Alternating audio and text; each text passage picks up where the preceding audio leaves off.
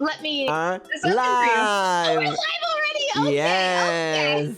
Go to the Just Throw Chatting. me right in there, Hello, right in. everyone. Surprise attack. Hello, Jay. Woo. We got Hello, some. hello. We got some last minute scuff. Your roll your luck. Yes, Jay. Your luck is 8-10. Perfect 10th. Good number. Okay, I am sending you the Veto Ninja right now because my computer decided it was gonna take a break today. Let me pin your message. I just talked with Jay about this on Twitter. The new feature, the pin. Go. Amazing. There you go. Look at that in action. Where's the... Oh, she sent it. Now everybody, you're gonna see dinahtyranno in all of her glorious majesty. Browser source. Excuse, did you just call me a brontosaurus? What? Browser source. Not the brontosaurus. Okay. Brontosaurus. Well, it doesn't work. No? Try to send me the... Oh, now it works. Perfect. Hey, we see Dinah. Hey. And she's holding some Hanukkah plates. I have appeared. Now let's remove this. And now let's cut away this. And this. And now put a chroma key. Filters. Perfect. Effect. Chroma key. I choose purple because I have no burble. Yeah. Well, you use magenta. Not just purple. Not just any purple. Bunny hello. Perfect 10, yes. I'm not like other purples. What? Well, hello everyone. Happy holidays. Happy Yes, happy holidays, happy Christmas, happy Hanukkah, happy Kwanzaa, happy everything. Yeah, and also happy prom for those who are going to the prom. That's right. Yeah, my prom date ran into a bit of an accident, and it wasn't one that I caused, so we're fine. Yay! And I don't really have a prom. I posted a poll yesterday that everyone is invited to be my prom date, so I'm gonna go on a prom with everyone. Oh, sorry. It looks like you kind of caught the back of my jacket in your chroma. What?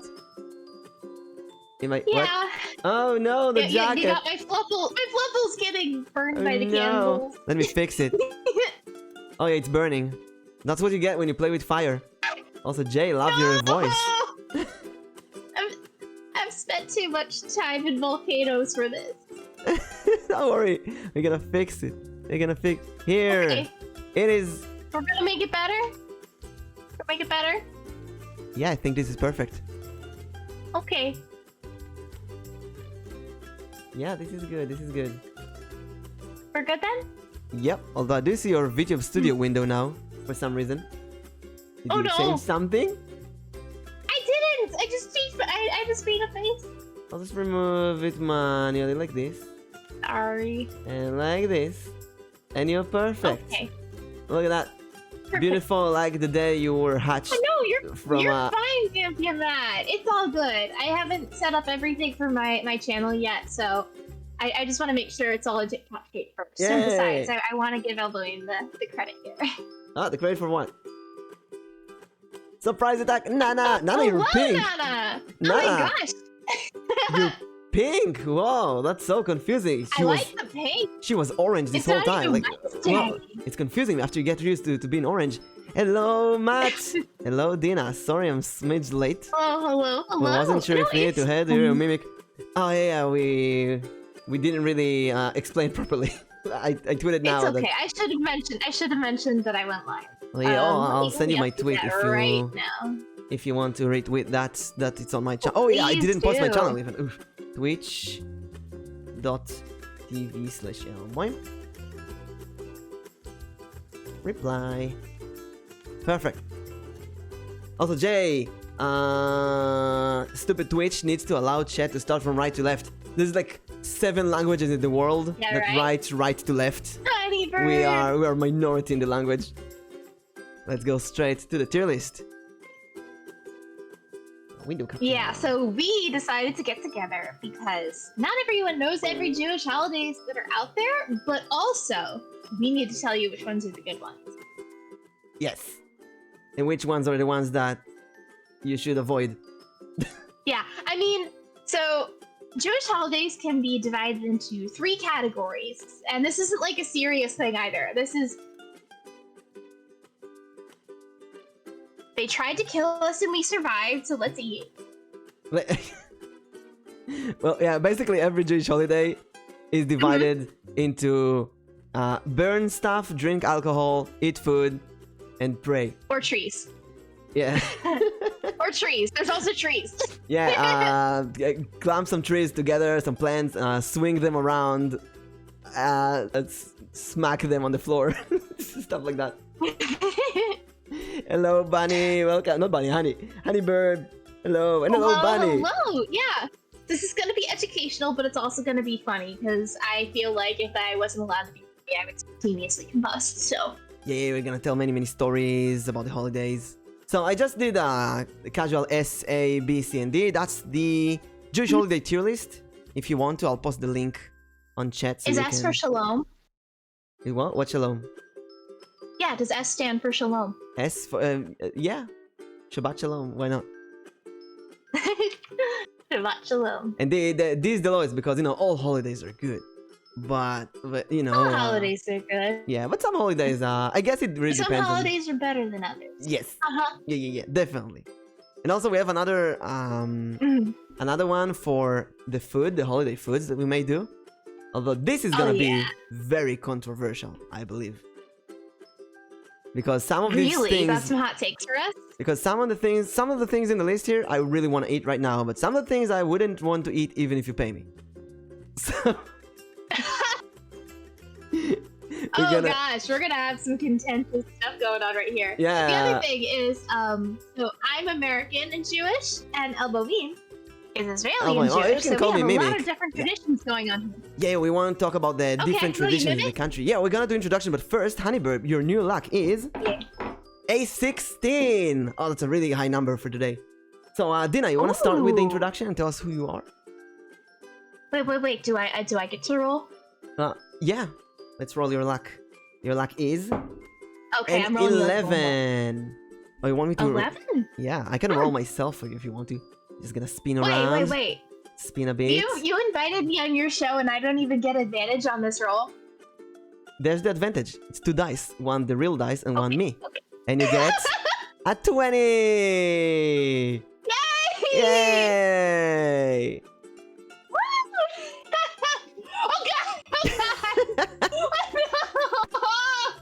Oh yeah, you have delay. Wait, let me share that. Let me share that on Discord so you don't have delays. Okay. Where's this one? Oh, let's just share my stream instead. OBS. Shared. Oh my gosh! I love this. Hello, Jewish holiday tier list. Let's go! And Bunny, thank you for donating for the face stream. Woo! Face reveal stream. Ooh. Yeah, I do many face reveals, but I thought I'm gonna do a whole stream. Last time I did it was 2 months ago, I think.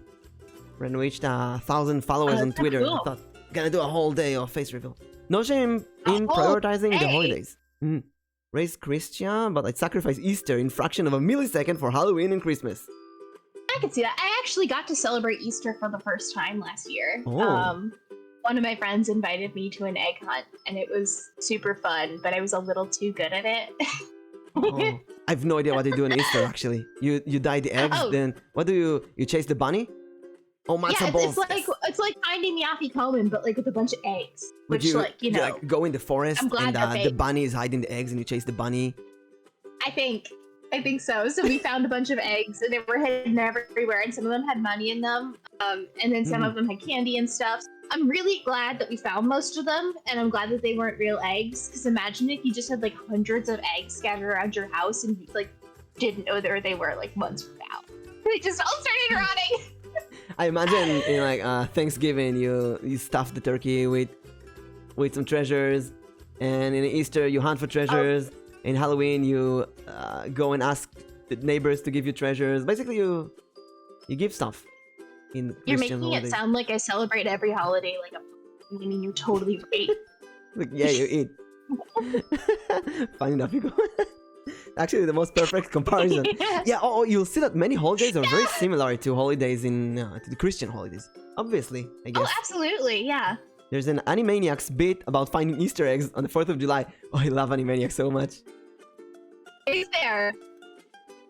So, wait, we need to do the introductions. We need to tell people who are... You want me to start or you want to start? Yes, sorry. Okay, surprise attack, Go everyone. ahead, it's your channel, you go first.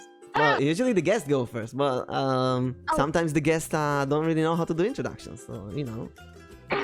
So, surprise attack! I'm Elboim Mimic, a D20 Mimic VTuber doing D&D and tarot readings and all kind of collabs and music and writing and whatever.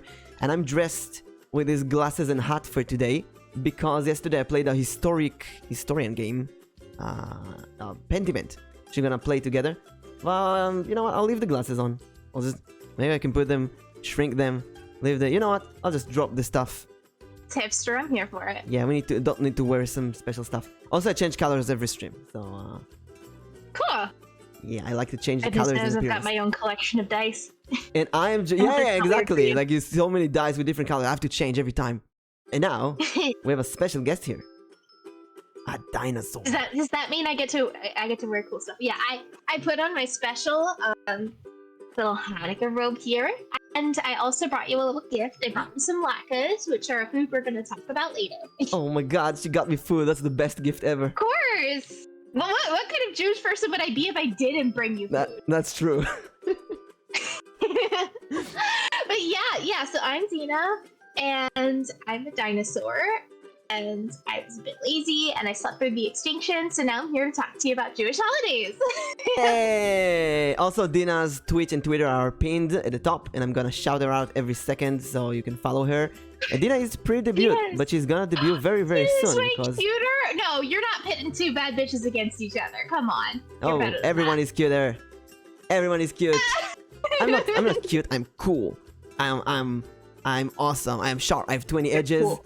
I'm like, wait, I have 20 edges? Oh, so you're so edgy. You're like 3 edgy. How many edges does a die have? Wait, with a D6. 1, 2, 3, 4, 5, 6, 7, 8. Down in my desk. It's been down in my desk, but I lost it. How many edges does D20 have? It's so confusing. Like 30? 30! Yes! Oh my god, it was just a heuristic 30. Depending on the D. Because the D6 have 8 edges, so I thought, you know what, maybe a D20 was the 30. Already following Dina on both. Perfect! Yeah. This is not good for you. I don't want to be looking at your search history. Also, I want to say that I follow Dina for a while now. And I've messaged her like a month ago. And finally, we found the common grounds to collab. We're both Jews. Yay. Well, I also play D&D, but like, this is a really fun... it's a really fun opportunity. Yeah. And so now, oh my gosh, you made little like ones for each of it. Oh no, you're cutting a bit. Actually, what Dina, no, the internet. Am I? You're cutting a bit. You okay now? No! You're fine now. You're fine. Am I good? Yes. Okay. Welcome back. Okay, good. I think I know what it was. You're using Wi-Fi? You're downloading or uploading something in the background? Yes. No, it wasn't that. It was my cat walked in front of the phone. Yay, cat. Sorry. Nah, it's fine. Okay, so before we start, I want to tell everyone, you know, in Passover we say all kind of stuff around the table, and my family, we have this tradition. I'm jumping straight to Passover. We have this tradition that we need to say something, like something that you learned or something about life really? And so on. So everyone wants to impress the others, and I've been thinking a lot about what to say. And, I found something that I really love, and I say that every year, and that is that Jews celebrate holiday in according to the 4 elements. Hello, Growl Brown! Welcome to the party. Let me roll your luck. Hi! Hey, your luck is a 20! Oh my god, you got the natural 20! Let's go! 20! Yay! Oh, that's an amazing result. Good day. Hey, Falter! Oh my god, Falter. Just in time. Did you sleep, Falter? Sorry. So, sleep. I was saying, every Jewish holiday is celebrated around the 4 elements, right? Fire, water, air, and earth. And here's the thing. In every Jewish holiday, you pray, which is the air, basically. You mumble words, right? In every Jewish holiday, in every celebration, every Saturday, entrance, exit of Saturday, you always light fire. We always light candles. Always. That's the fire element. Shabbat candles. Yeah, there's food. Obviously, a lot of food, which is the earth element. Does the wine count as the water? And the wine is the water. Alcohol. We basically drunk pyromaniacs who eat a lot and mumble. Drunk pyromaniacs. Yes. Mumble. Well, you just took away my entire Saturday routine, but okay. Just thought about it. Look, we are commanded by God to light fire and drink wine. That's what being like the chosen people's all about. It's about getting drunk, having fun, and running away. You've been chosen to be drunk. And maybe remembering it in the morning.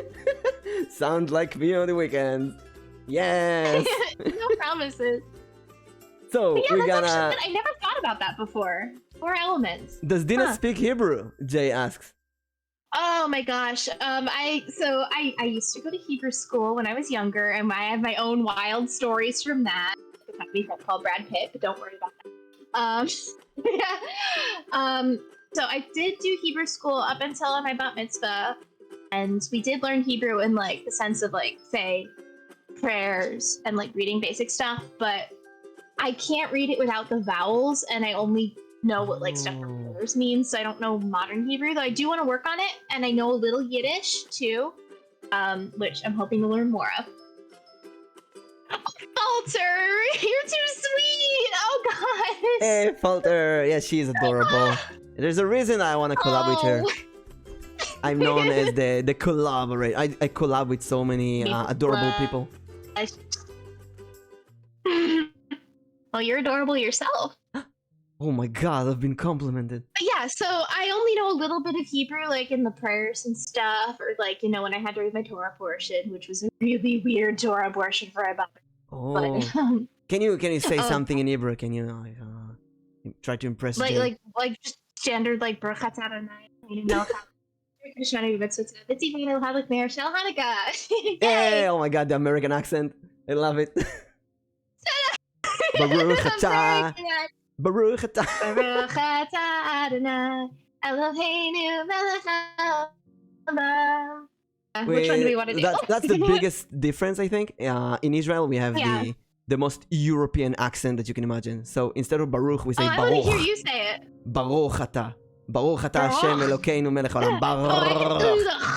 Yeah, no, here's the cool thing, okay? Israel is currently divided into roughly 50% Ashkenazi Jews, the white Jews from Europe, and about 50 Eastern Jews, the Mizrahi Jews, the Jews who fled from Arab countries. So they are very different in their traditions and how they say stuff.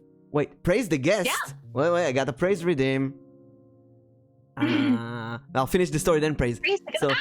So what I'm saying is that Dina's little dance, I can't. We're gonna make her dance. This dance? This dance? My little wiggle. That's so cute. So Just wait until I get my hands in the mix. So the Mizrahi Jews, they would say Reish, Baruch, Baruch. Yes, with a tongue drill. With a tongue.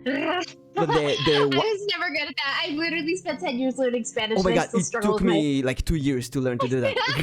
It's really hard for me. But then the European Jews, we go the German, French, like the with the throat.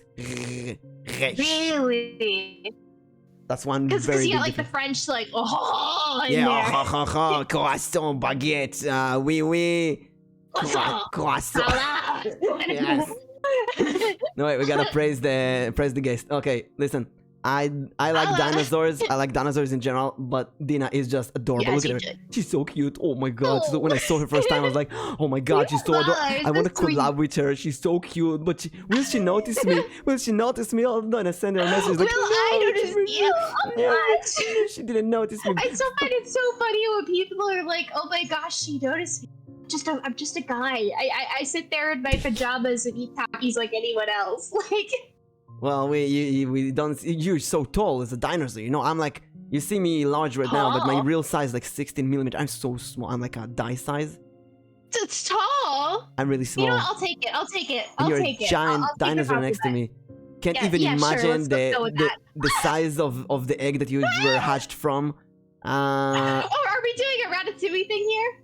Yeah, Can usually. you control my D&D character? Sometimes I stand on the head of my collab. Just jump on my head and control my D&D character for my next session. Sure, we just finished the boss battle. Yeah, that would be perfect. Please. What's your experience with D&D, by the way? Oh gosh, I've been playing since I started college. And I'm in 3 campaigns right now, which is a lot. Oh my god. And I want to be in less just so that I can do more like people in the VTuber sphere. Oh god, But so much I'm in a common. long-term campaign that's the 2nd season of it. We ended after 99 sessions, and now we started our next season.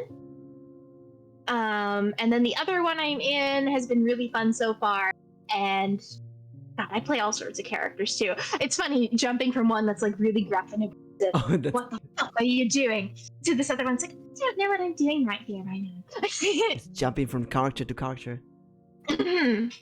Yeah. Does Dina make Jurassic Park T-Rex look like a woman leg? No, I have so much respect for her. Are you kidding me? I can put Mimic in my pocket. The real pocket. crime here is that she didn't get like a was it a Grammy or an Oscar for her role in that. Wait, Bunny, you can put me in my pocket. Did you give up? Did you get pockets? We had talk about pockets like 2 weeks ago, and Bunny and not Bunny and Honey. I'm because Honey Bird. I don't know why I call her Bunny suddenly. But Honey said that she doesn't have pockets. Honey bunny. And I told her, look No what you're pockets. missing, and I put a gif of a cute cut inside a kitty inside a pocket. It was adorable. I can be in the pocket. I have pocket lockers right Jay, now. family's from the east, but they moved into Jerusalem. Jerusalem. Oh, wow. Yeah, whenever I think of Jerusalem, I think of traffic. It's like, It really isn't that bad. yes, it's traffic like Oh, crazy. no. No parking. We had an anime convention in Jerusalem like a few months ago, Really? and I was giving a lecture about what was You that? gave a lecture. Yeah, Oh my gosh, that's so cool. um, What was it on? what was it?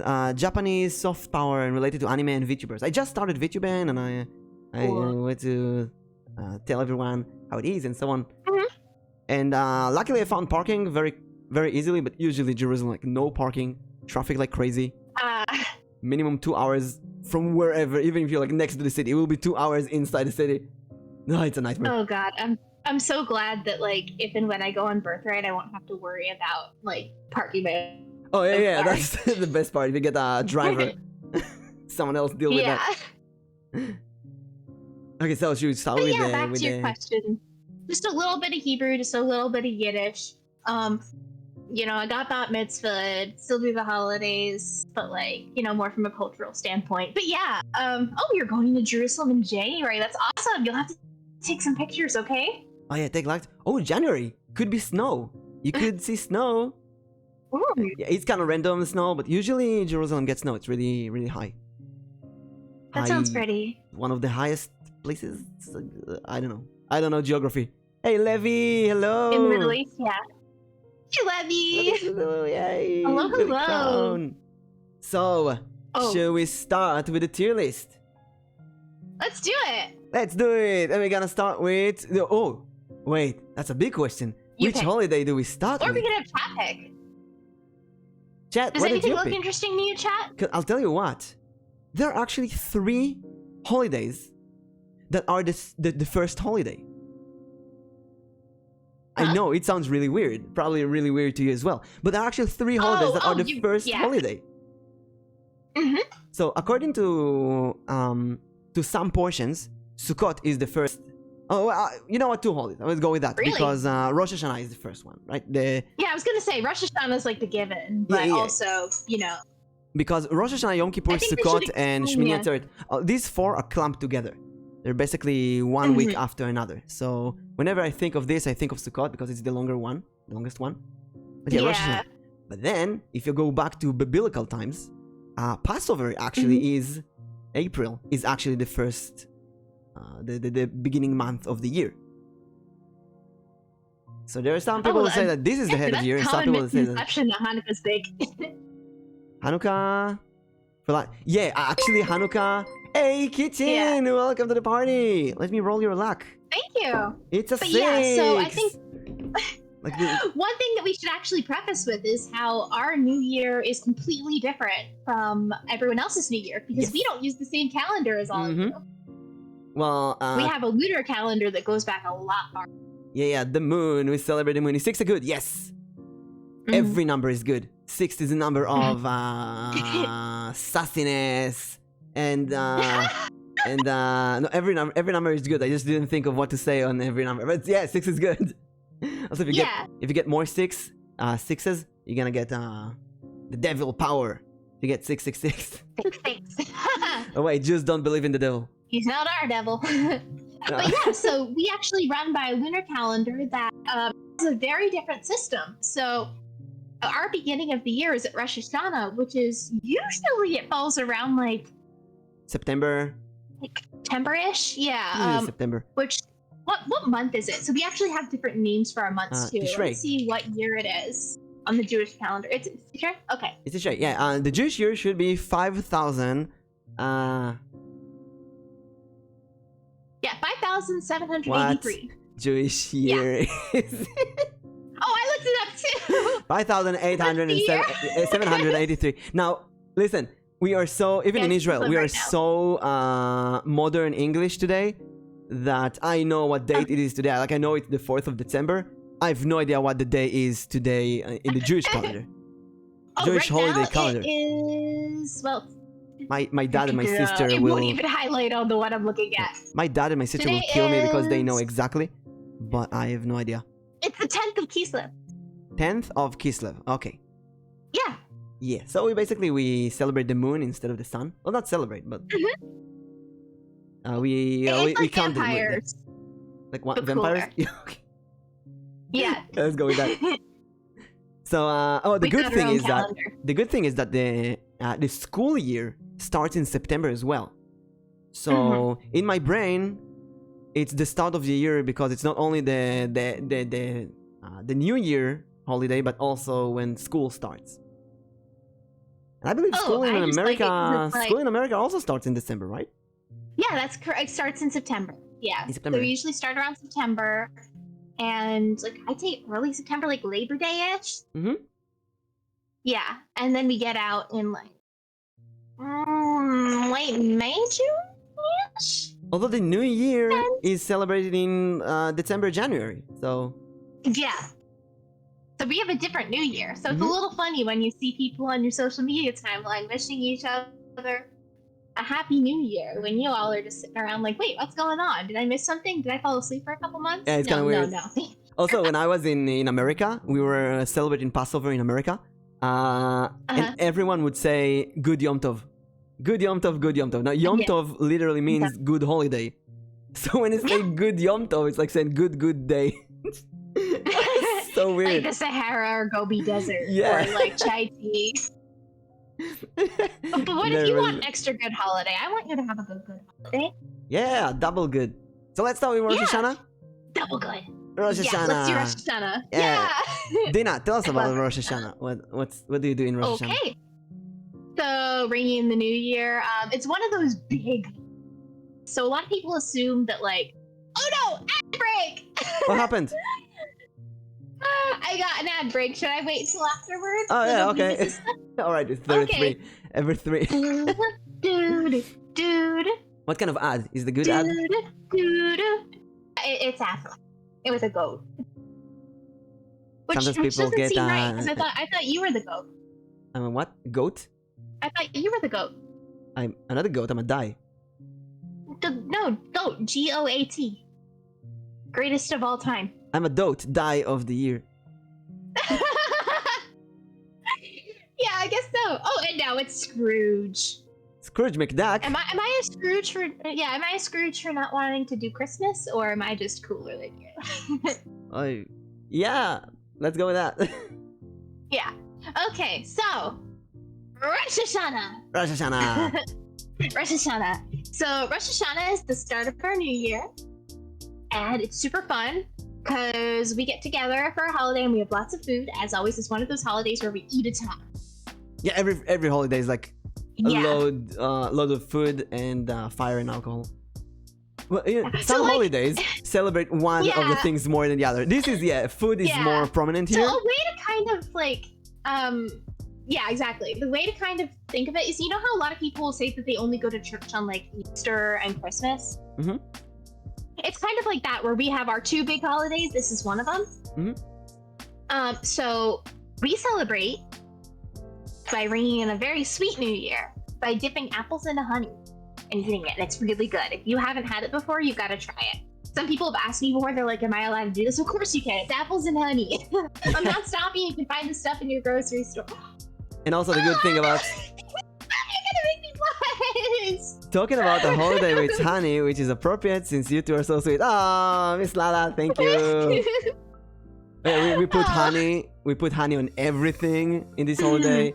And we bake stuff with honey, and we make everything with honey. And also, the good thing about honey is that it never spoils. So we keep the honey all year. Forever. And whenever I feel like, you know, I need something sweet, I just take a spoon, a spoon load of honey, just put it in my mouth, just like that. Down. Yes. We always have honey in the kitchen, in the fridge.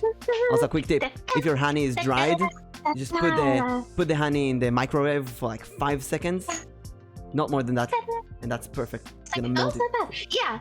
So the whole thing is it symbolizes ringing in a sweet new year, which a lot of our foods actually have like a symbolic meaning behind them. Even if it's something simple like apples and honey. And there's lots of other foods that eat for this too, but the main thing is the apples and honey. And we pomegranate. Pomegranate. Oh yeah, pomegranate. It's not just like a Persephone thing. It's a big thing in Jewish culture. You'll see a lot of pomegranate imagery. It's really good. I actually have this drink I like to make instead of having soda, where you get a bunch of orange seltzer water, and then you add in some pomegranate juice too. Also, you will see a lot of Jewish moms screaming no because everything is white in Rosh Hashanah, and pomegranate does not get off of white stuff. Really bad. Yeah, it's just you can't like get it off. Juice. Yeah, exactly. So I'm sitting there like Lady Macbeth, like get out. Yeah. You know, we need red clothing and and table sheets. How do you call them? Yeah. So another thing about it is we wish that people are written into the book of life for the next year. So basically, you know, God's keeping tabs on everything and keeping his records, and we want to make sure that you get written down for a good year, and also, like, you know, don't die. So. Yeah. The prayers are really long in Rosh Hashanah because they're all kind of prayers for the good of everyone and the good of you and your family and and usually you celebrate with your entire family, but also usually at least in Israel we invite another family, at least one more family, to celebrate together with other people. Yeah, like okay, so like a family that's not yours, like a neighbor, or like a neighbor or friends of the parents and so on. That's nice. And I saw when we were in America, I saw that the children usually eat in their own table. Yeah, the kids' table. Oh, that's not like a Jewish thing. That's just like it's an American thing, right? In any holiday. Yeah. Yeah, it's just like the kids' own little table, and Israel, then you end up being like a teenager, and they're like, "Well, you're still old enough to get out of the kiddie table," and you're sitting there like, "Mom, I can't fit in this chair anymore." It's so weird. In Israel, we just put everyone in the table, and it's a mess, and the children crawl underneath, and the grandma is chasing after them. No, you have to eat your food. You will be hungry later. You haven't enough. Here's your seconds. Here's your thirds. Here's your fourths. Fifths. Sixths. You're making as many servings here as the Fast and Furious movie. Sit. Grandma, it's fine. He can eat later. No, he has to eat now. If you come to... So the only real way you can be offensive at the Jewish holidays is if you don't eat anything. If you don't eat, like, you're dead to us. But seriously, it's fine not to eat. It's fine. Yeah. Yeah, you don't have to. So yeah, you only insult the grandma. Really nice. Yeah, and you don't want to hurt grandma's feelings, do you? Yeah, you have to respect the elders. You're gonna break her heart? You already didn't marry a doctor, and you're gonna break her heart by not having her cooking? You didn't marry a lawyer, you didn't marry an astronaut, you didn't marry a doctor. Yeah. Or become one of them. Food is the best thing in the world. Yes, it is. Yes. So I don't know about you, but I rate Rosh Hashanah as holiday. Sorry, go ahead. One thing what we do in Israel, I don't know if you do that in America, is that we have the list of blessings. And before we start eating in Rosh Hashanah, before the meal, we basically have the Rosh Hashanah signs. So we take small plates of everything, and we put an apple with honey in it, and we put the pomegranate in it, and we put all kind of other vegetables and fruits that I have no idea how to call. Well, dates, and oh, I like dates. Yeah. And all kind of other foods that I don't know what their names. But a lot of sweet foods like beets as well. I like beets. And we there's a blessing. Oh, in carrots, and there's a blessing for every food item, and we say that blessing, then we eat that. Really? I mean, like, we have a similar thing with, like, our Passover Seder, but that's different. Yeah, so it's kind of a mini Passover in that sense. It's really short. But basically, nice. we take the name of the food item, and we mess up the name in a way that it will give a blessing. So, for example, an apple with honey, that's the simple, we bless so that we have a sweet year, and we eat that. And oh, okay. I thought you meant like apple schmapple or something. Oh, no, not that way. Like, just the honey. You said you messed with the name? Yeah, so the next ones are kind of complicated. So, for example, carrot in Hebrew is gezer. Gezer. So, we say that sheyigazru oivenu, so that our enemies will be torn apart because gezer ligzor, carrot sounds like, hold on, I need like to learn that cutting one for something with scissors. So we say that. And every food item we just mumble something. So this will happen and that will happen. It's so funny. Can you teach me how to say that? The tearing people apart one? I feel like I need to know that because of reason. Yeah, I'll write it in chat. So gezer is carrot, gezer. And we say sheyigazru oivenu. Did you sounds say like oive? Yeah, oivenu sounds like oive the first. You know, there's a reason why it's oive. Oivenu. Yeah.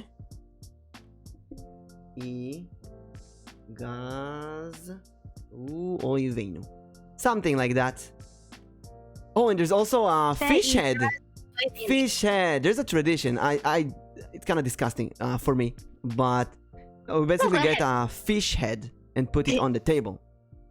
And when we eat the fish head, I don't touch the fish head, but you know, dad and grandma, they love the fish head.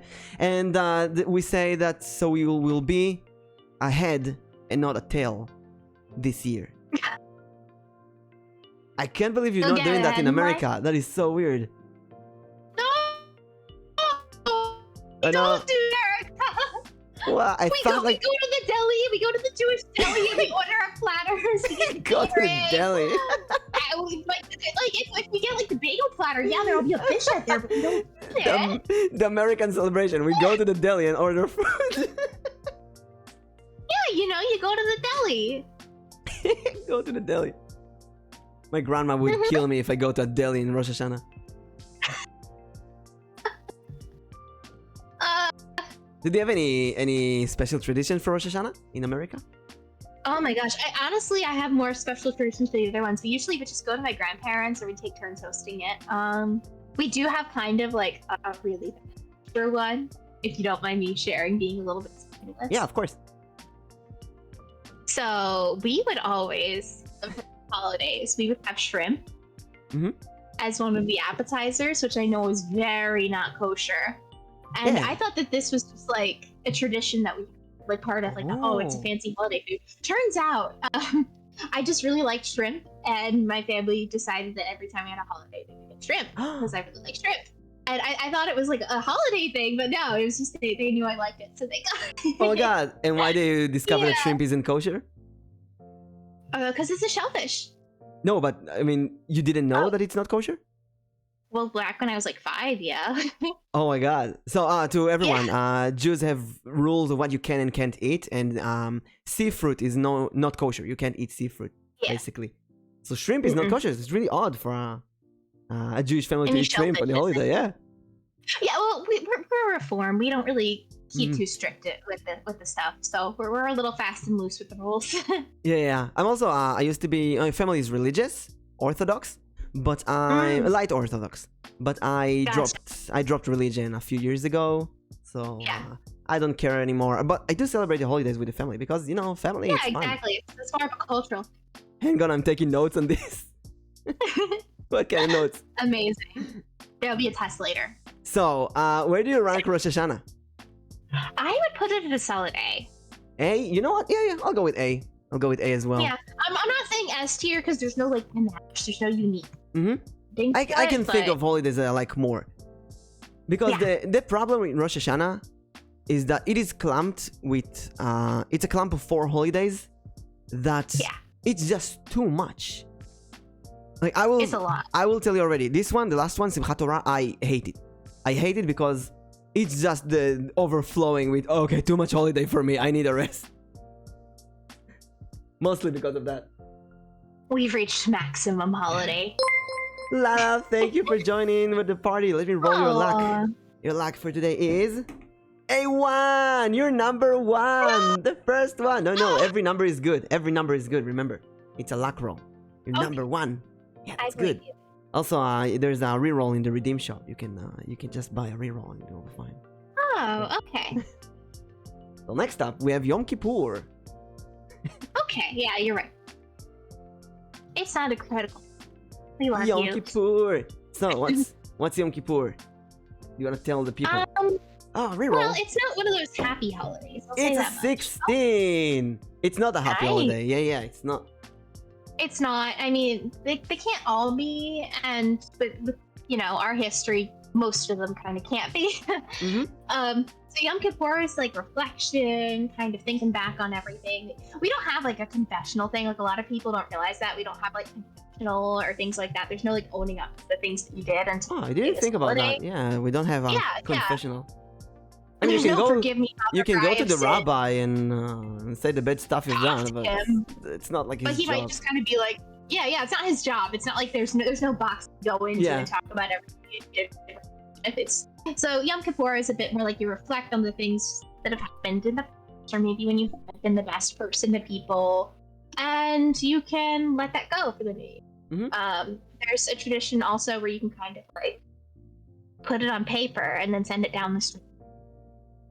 And there's fasting involved for this one. There's a point where you don't. Wait. Tell me about the paper thing again.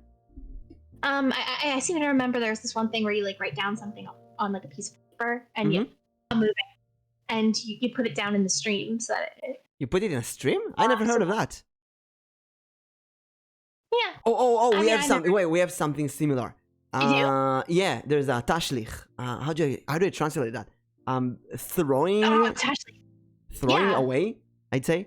Sorry, I got a notification. No, it's fine. Oh, what?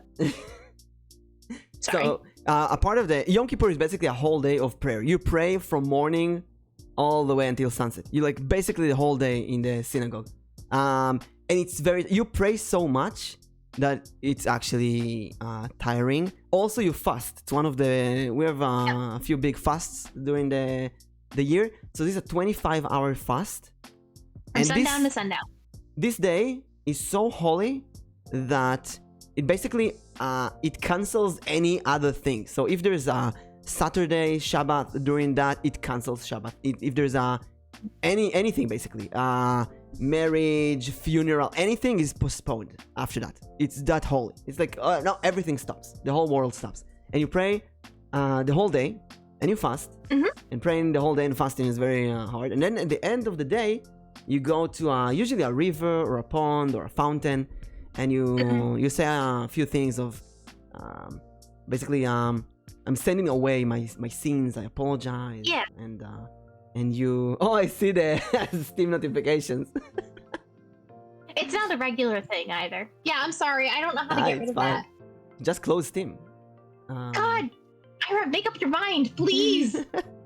Basically, we kind of put our hands. I don't know if I can close Steam while having VTuber Studio open though. Oh, right. So go to Steam settings, and there should be notification settings, and then you tell it no. Steam, no. Okay. Bad Steam. Steam settings. So basically, we put our hands in our pockets and kind of throw invisible stuff from our pockets into the water source. I can't Don't tell me you're using display capture. No, I'm using a window capture, but Dina might be using. I'm trying my best, and I don't know how to get it. Oh, she is using display capture. Oh, that explains. Whoops, No, we will teach her how to do a virtual camera later. Yes, thank you. I will learn the way. So what do you rate? Oh yeah, one more thing, important thing about Yom Kippur. You basically need to do two types of apologies. You need to apologize to God, obviously, for things that are between you and God, like doing all kind of sins on your Judaism. For your search history. You also, Mora Katsuke, welcome to the party. Let me roll your luck. Yeah, you can apologize to him for your search history. Your luck is a 12. But you also need to apologize to your friends or people that you hurt. Apologizing to God does not excuse things that you've done to other people. Yeah. You have to personally apologize to other people. So usually we don't remember. It's a whole year, you know, you've done so many stuff. So you just say, I'm sorry for any kind of bad things that I've done, and I forgive you for any bad things that you've done. You know, like cover everything. It's not about some like your life karma or like getting into heaven or something like that. It's just about doing good to the people that are around you. A lot of these holidays. It's not for the sake of a better reward later. It's not. Yeah. A lot of these holidays are basically how to clump the community and family together, friends and relatives and so on. Unfortunately, another thing to note is that it's always a week after Rosh Hashanah. It's 7 days after Rosh Hashanah, always. So you eat a lot in Rosh Hashanah, then you don't eat anything here. And once you break the fast. Yes, there is the big meal before the fast and after the fast, which is very big. And it's always like a shit ton of fish. Too much food sometimes. Usually too much food. And also the newspaper are filled with all of these dietitians recommending what to eat before the fast and how to break the fast with some tea and some cookies. Yeah, they love it here. They love it so much. We don't have that here because, you know, not that many people, you know. Oh, no, the media celebrates about the holiday. Yeah. Like, oh, we have this dietitian here who recommends what you should eat before the fast to make it easier on your stomach. And then how to break the fast. And every year they make up the new stuff that you should and shouldn't eat. Like stay away from salt and stay away from oil and stay away from this and eat that. They are correct though.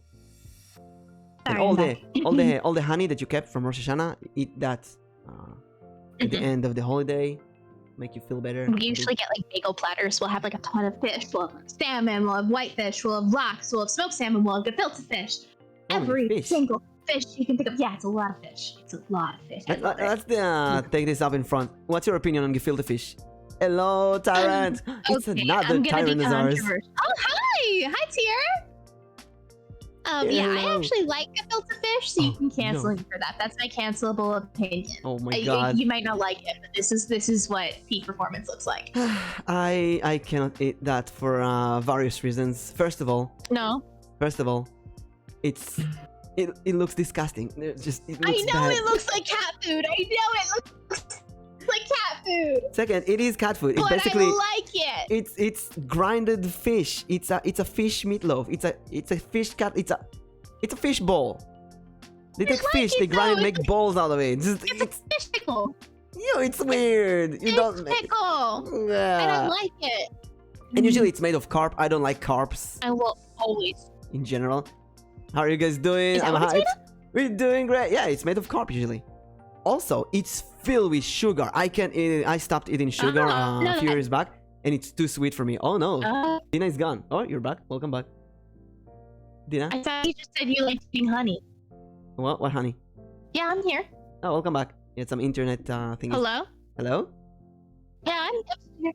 Yeah, Dina. Sorry. Hi. I'm here. Well, hello, bagel platter. Yeah.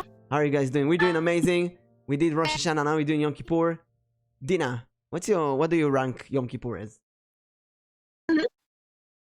Oh no, we have internet problems. Dina, you're robotic. We can't hear you. Hello? No. Dina. Hello? Hello? Oh Hello? no. Oh no, Dina. We lost her. Robodino. Am I? Oh no. Dina, can you hear us? Oh no, we lost. Yeah, lost I can Dina. hear you just fine. Oh, now you can hear me? Okay, there's a bit of delay. Hey, Chin, welcome to the party. Let me roll your luck. Your luck is A1! Number 1! You've been rolling a lot of ones. Only 2 ones and I rolled a 20. Am I still here? You're here, I think. Okay, that's fair. Can you hear us? I'm here. There is a delay. Yeah, I can hear you. Oh no, there's a big delay. Dina, can you Hello? Hello? Oh no. Let me try to recall Dina. Disconnect.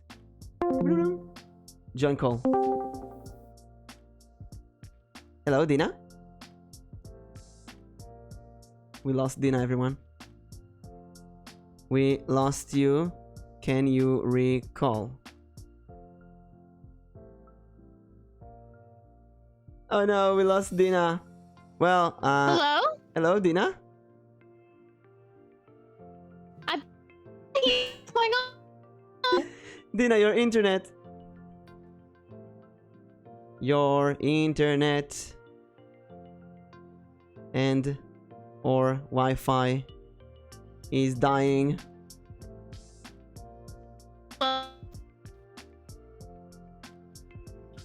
Dina. I'm here.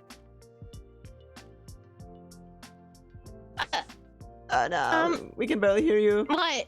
Oh. I'm here. Oh, now I can hear you. Dina? I'm here. Yeah. Okay. What's Hello. going on? I don't know, you've been a bit of robotic and we couldn't hear you. Your browser, your ninja is gone. Okay. We can't hear you. Oh no. Sorry. Let me fix that. Okay, 1 second. Okay. Oh, you're Am I back. back? Yes, you're back. Welcome back. Okay. Perfect. Okay, I don't know what happened. I'm sorry. No, it's fine. Sometimes internet do internet stuff. Sorry. We have a long connection from Yeah. USA to the Middle East. So, It happens. what do you rank Yom Yeah, Kippur that's as? probably it. I love eating fish, so it's a bit higher for me. I know. We still It's have a sad we still holiday. have the I mean, lags. it's important, but it's sad. I don't know. We still have the lags. Dina, can you maybe close the Ninja? Can we start? Can you try PNG instead? Hold on. I think your computer uploading Ninja might Working? be working now. Yes. Is it good? Yes, now it's good. Might be Okay, sorry about that. there's a small delay. It might be internet overload because of the Ninja upload. Yeah, I don't know. We can figure it out. Okay, so Anyway, what do you rank Yom Kippur as? Yeah, so it's a bit of a sad holiday, but I like eating fish, so I'm a little conflicted. Honestly, it's not the worst one. I would rank it in between C and B, I'd say. Okay, yeah, I'd agree. Yeah, because it's mostly pray the whole day and B feel sad about what you've done. Yeah, it's not like I mean, there's a lot of sad Jewish holidays for good reason. So I don't know. Like, let's just put it at a comfy B for now. Okay, let's put it in a B. It's important. Next up, Sukkot. This is one of the big three. The big three holidays. It's Sukkot, Passover, and Shavuot. Although Shavuot is really small, like one day, and Sukkot is Passover, and Passover are a week. It's a week-long holiday. What do you do in Sukkot? Sukkot's like our Bear Grylls holiday. Like the camping holiday, basically. Yeah. So imagine if like you literally had a holiday where you're told, yeah. So you know your backyard or like the woods. Go build a tent there. No, you don't get to like buy a tent. You don't get to go to Patagonia and get a tent. You build a shack. Yeah. In your backyard. Lord of Collection. Haven't seen in a while. Let's roll your luck. Your luck is a 6. That's a second 6. If we get one more 6, it's gonna be some special miracles. Are we summoning Beetlejuice? We're gonna summon something. Yeah. So you build your own camp, your own tent. You build a tent in Sukkot? Yep. And then you fill it with fruit. You what? You fill it with fruit? Yeah, you hang fruit from the ceiling and stuff like that. You hang fruit? Yeah, we hang fruit. Do you What? not? No, we hang like We decorate, we hang fruit. What? That's dangerous. Could fall on grandma's head and kill her. Well, then don't invite her in. I don't know. What kind of food do you hang? Well, when we did it, it was like we had the kids like draw fruit, but you know, like you'd have like grapes and stuff. Oh, great. Okay, the grapes up, are not heavy. If you hang like coconuts or something, that's kind of crazy. What kind of grapes are you growing? Oh, we stretch and posture, Dina. We have to stretch. I have to stretch. Thank you. Hold on. It's not the easiest thing with these arms. Oh yeah, Tyrannosaurus, you don't have small hands. I think I felt something crack. Maybe it's one of the other small dinosaurs you ate recently. These bones are pretty old. They're like 5 million years old. So we hang. Try 65 million. Oh my god, you're so old. So shut up. We basically you build this small tent, kind of a square-shaped tent with 4 walls and leaves as a ceiling, and then we hang on the walls, and from the ceiling we hang these decorations, kind of like Christmas decorations, you know, lights and glowy things and all kinds of scriptures and stuff. Making it all pretty like. Yes, we'll make it pretty. And there's a competition. Who has the prettiest sukkah? Who has the prettiest tent? Yeah. Also, because you always gotta outdo the neighbors, right? If they've got a green yard, you gotta get a greener yard. If they got flowers, you gotta get a bouquet. Yes, and now during the whole week, you need to eat in the sukkah.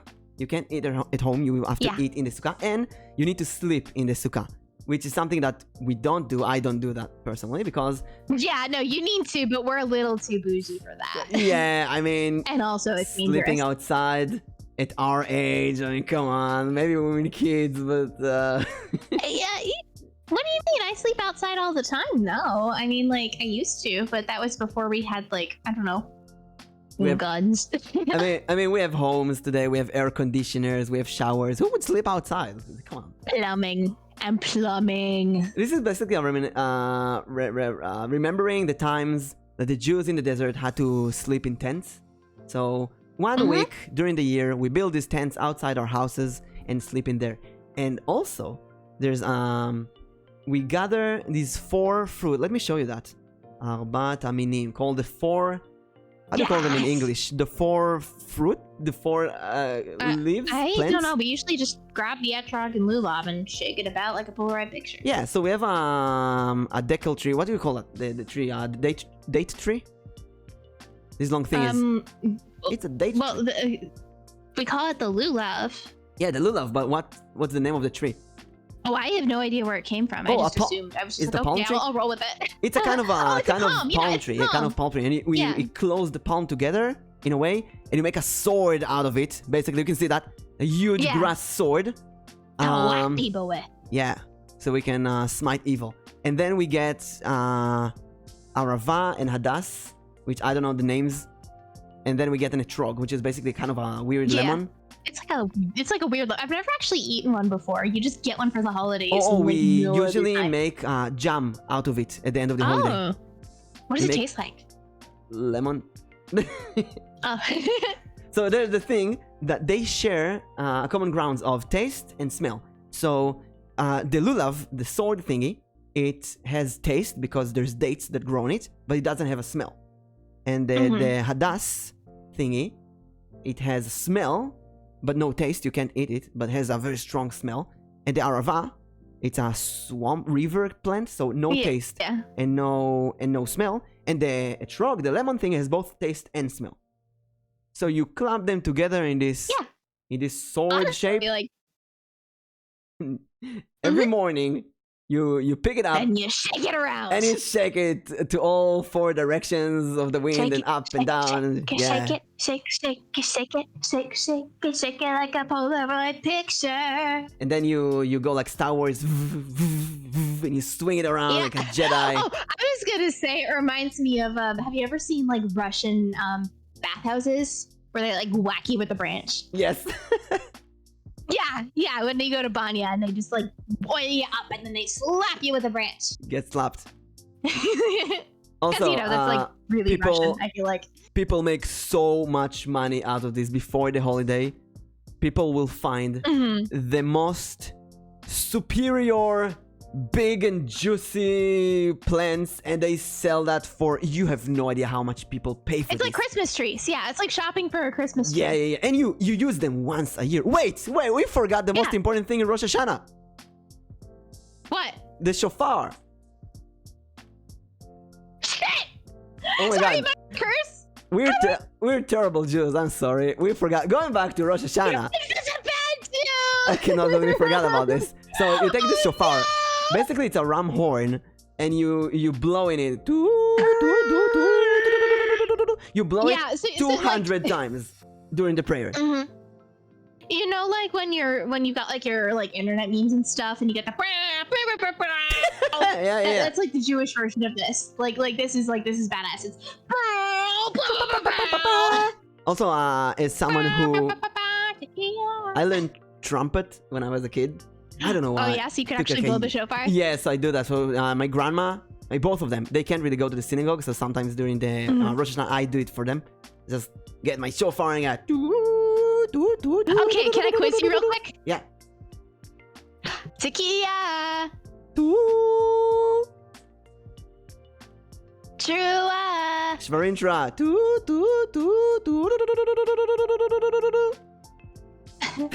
I forget the last. Oh, it was the Gedola? Yeah. Gedola, yeah. Which is but a really long one until you lose your breath. Yeah, like the really wrong, like the Are you Adele? Because I don't know how you had those kinds of pipes to keep going. Take a very deep breath. And if you look at that in YouTube, they have the biggest, like these really big curly shofars. I don't know how they find them in nature. Like, look at this one. Mine's bigger. That's. You have horns? Is a dinosaur? The Jewish meme horn, yeah. It is so big. This is a ramification of when Jews. What was that? When Jews go to war. Thank you, Moira. Thank you for the meowdy. Got a scoot. Just came to say meowdy. Thank you, Moira. Hope to see you later. Have a fantastic day. Yay. Is Baby Rex yeah. Lower the property values by getting a shofar. Could you go on YouTube and let's see if we can find one. Just to annoy the neighbors. Oh, by the way, they can be so expensive. Again, you get the fancy curly one. These can cost so freaking much. And they're all lacquered too. Can you go on YouTube and find one? I want people to hear it. Yeah, let's find it. Thanks. Because it's like you haven't outlived until you've heard this thing. Like it's Jewish bagpipes. Yeah, I'd say yes. How did a young athlete growing up in Los Angeles? Look at that. As a child, Robert. Wait, give me. Oh, he's doing two at the same time. As a terrorizer, That's kind of cool. Anyway, yeah, they can hear it at least. I don't wanna be copyrighted or whatever, but look it up in YouTube later. There's some really amazing stuff, and this is to basically to break open the skies and get your holiness, so that God can hear you and so on. Yeah, you gotta shout real loud. His hearing's not what it used to be. Oh, also, wait, where's the four fruits? Remember them. We're gonna come back to. Yeah. All of them are gonna be rotten by the end of the holiday, but remember the arava, the plant, the swamp plant, the river plant. Remember that. We're gonna go back to the arava later. Yeah. I think we covered Sukkot, I believe. Now I'm trying to not forget anything. I think so. I mean, what else? We have a special tradition in Sukkot that I'm pretty sure it's only an Israeli tradition. Tell me. So, Sukkot is during the time of Halloween. And the Israeli Jews, we thought, we want Halloween as well. So... Do you dress up? We don't dress up, no. Oh. We have Purim for that.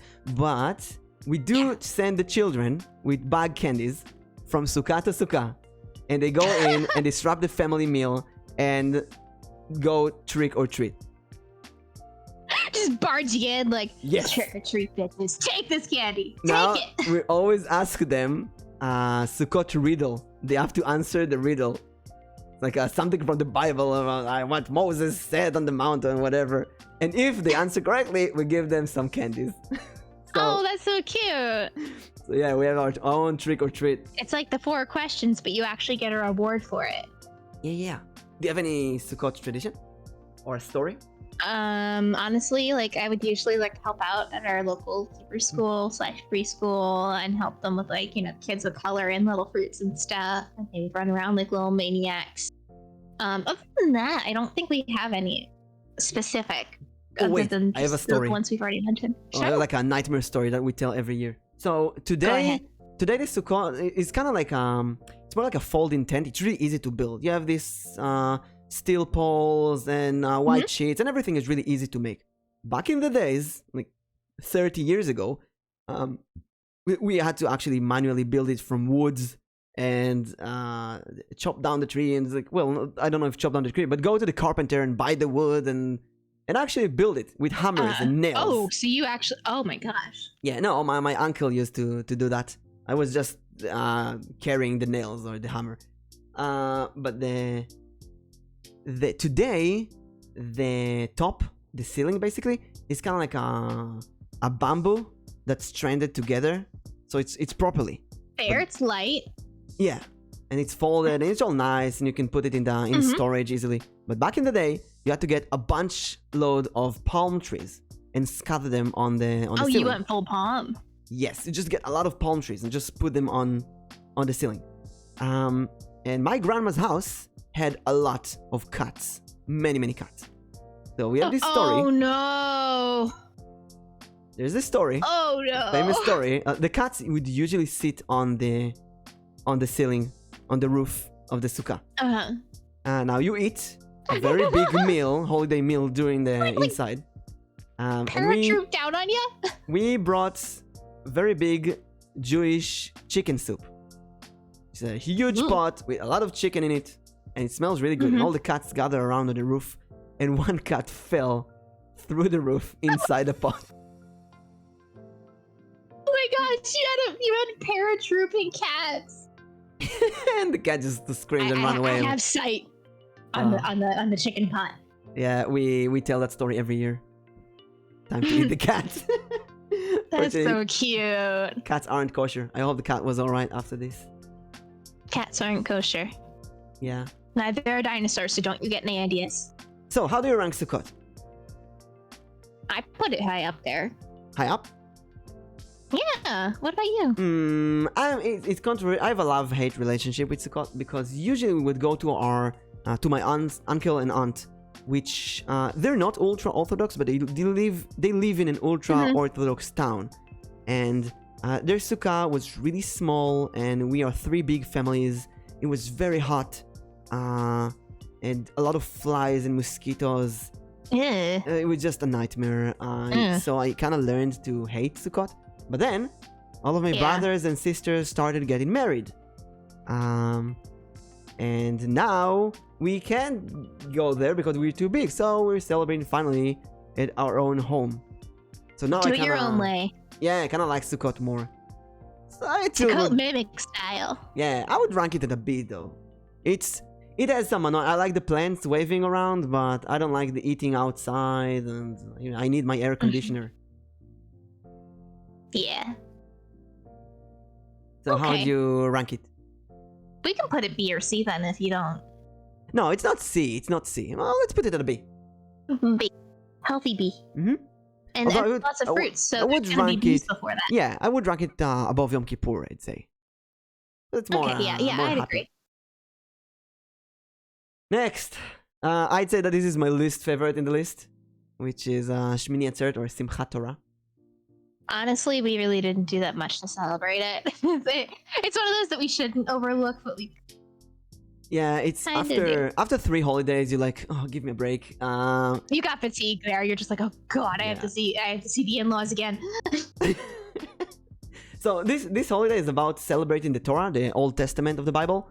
After the Israelites got it in the desert. So what we do is we get the huge Torah books, which looks like it's like 2 scrolls. It's huge... like 2 baguettes. Yeah, it's like one really big scroll. It's really big. It's like 1.5 meters in size. It's really heavy as well. It's heavy too, and they have to lift it over their head when they pick it up out of the ark too. Yeah. Like it's a chonker. Now, sometimes... It's like the old days Nintendo Switch, okay? Like, you hold both ends. Old day Nintendo Switch. Sometimes it's inside, and every single has this small closet with all of them inside. And by the way, these things, one of them, it's written entirely by hand. on if they all... mess up, they have to redo the entire mess up portion. one letter and everything needs to be redone. And it takes like a year to make one, maybe more. I don't know. It's really That's heavy. optimistic. It's like one, they're really heavy. The scrolls are wood, and then they have these pimpin' decorations on the outside, and you basically have to strip the Torah every time you read it. Yeah, you strip it, and then when you finish reading it, you dress it again. And sometimes they have this steel case, like an Iron Maiden, that is strapped inside. It's really fancy. And one of them like costs the one that's out of stock right there. This costs like a new car, basically. I might need a duck if you want to show them the picture. Oh, right. I forget you're hiding some stuff. Here it is. Yeah. I don't mind you looking at my face. Very fancy. You open it like an Iron Maiden, and inside of it, the Holy Scroll, the scriptures, and everything. To be fair, memorizing it was kind of torture, so I guess it counts. Yes, and we read it every Saturday. Yep. But and we go through the whole thing. Every Saturday we read one chapter out of the 52 chapters. There's one chapter for every week. And not chapter, I would say act. Or portion, Portion, yeah. And it covers the whole year. Now, Simchat Torah, happiness of the Bible, is when we finish reading it. So we read everything all over again. And during that day, one day, during like 4 hours or 6 hours, we read everything. All 52 worth is being read by the whole community. And we go, what? Do it again. Yes. So all the children go and everyone reads a small portion, and together we read basically everything. And every child gives a blessing, and then the adults go and read one chapter, and they go blah, blah, blah, blah, blah, blah, blah, blah, and they read everything. It's really crazy. It's very Sisyphus of them. We did it. Do it again. Yeah. Oh wait, I forgot the evening. That's what we do.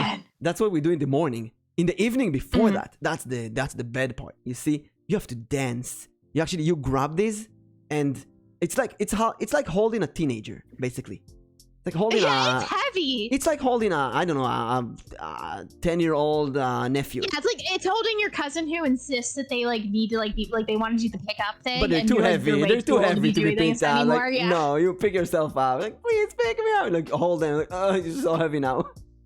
Oh, can I add something actually? Yes. So there's certain etiquette too with the Torah, since it's actually written on lambskin and a parchment kind of, or cowskin, and it's really delicate. Cowskin. Thank you. Sorry. It's really delicate and it's very precious. So you shouldn't actually touch it directly with your hands. Right. Even when you're reading it, you use a little silver rod called a yad, and it has a little pointy finger on it. And that's how you read it. But also, when you're actually in a service and they trot the Torah around after they take it out, the proper thing to do instead of touching it is you actually take the book that you're reading from with the prayers in the service, and you touch it to the Torah, and then you kiss the book that you're holding. Or a cloth that you're wearing, basically a shawl or something. So you never touch it directly with this weird finger to point what to read. Also, you said earlier that you can't read Hebrew without the vowels. We have these small dots to help the vowels of the letters. The Torah doesn't have them.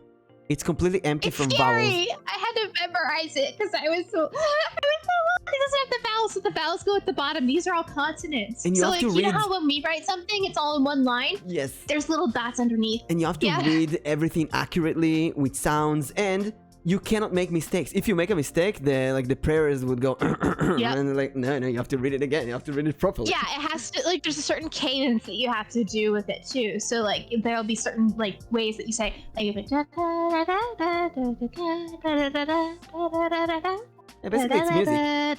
Yeah, it's musical, yeah. And every type of Jew, they have different tradition, different music. So the Mizrahi Jew, Ashkenazi Jew, Yemenite Jew, every single one of them have different music for that. You have to learn it. Even the tunes to the prayers can be different too, and I hate when they change it up on us. Actually, here I've got a question. How do you sing this Shema? Oh my God, I don't remember now. Wait, Shema Israel? Yeah. Oh, we have many. We have oh my God, it's so embarrassing. Shema Israel, Hashem Elokeinu, Hashem Echad. We have something like that. Okay. Oh, you do Hashem. Okay.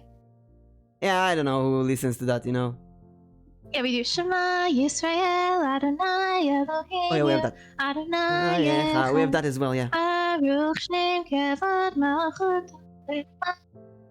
Yeah. We have that as well. And also we were in Englewood in America, in New Jersey, and Oh, I'm so sorry. My condolences. oh, it was fun. A lot of rich people. But it was New Jersey. Yeah, but they had really good food. I'm so sorry. But they had really good Okay, food. It was no, Englewood is a really nice, clean place. A lot of good food. Yeah. A lot of Jews. So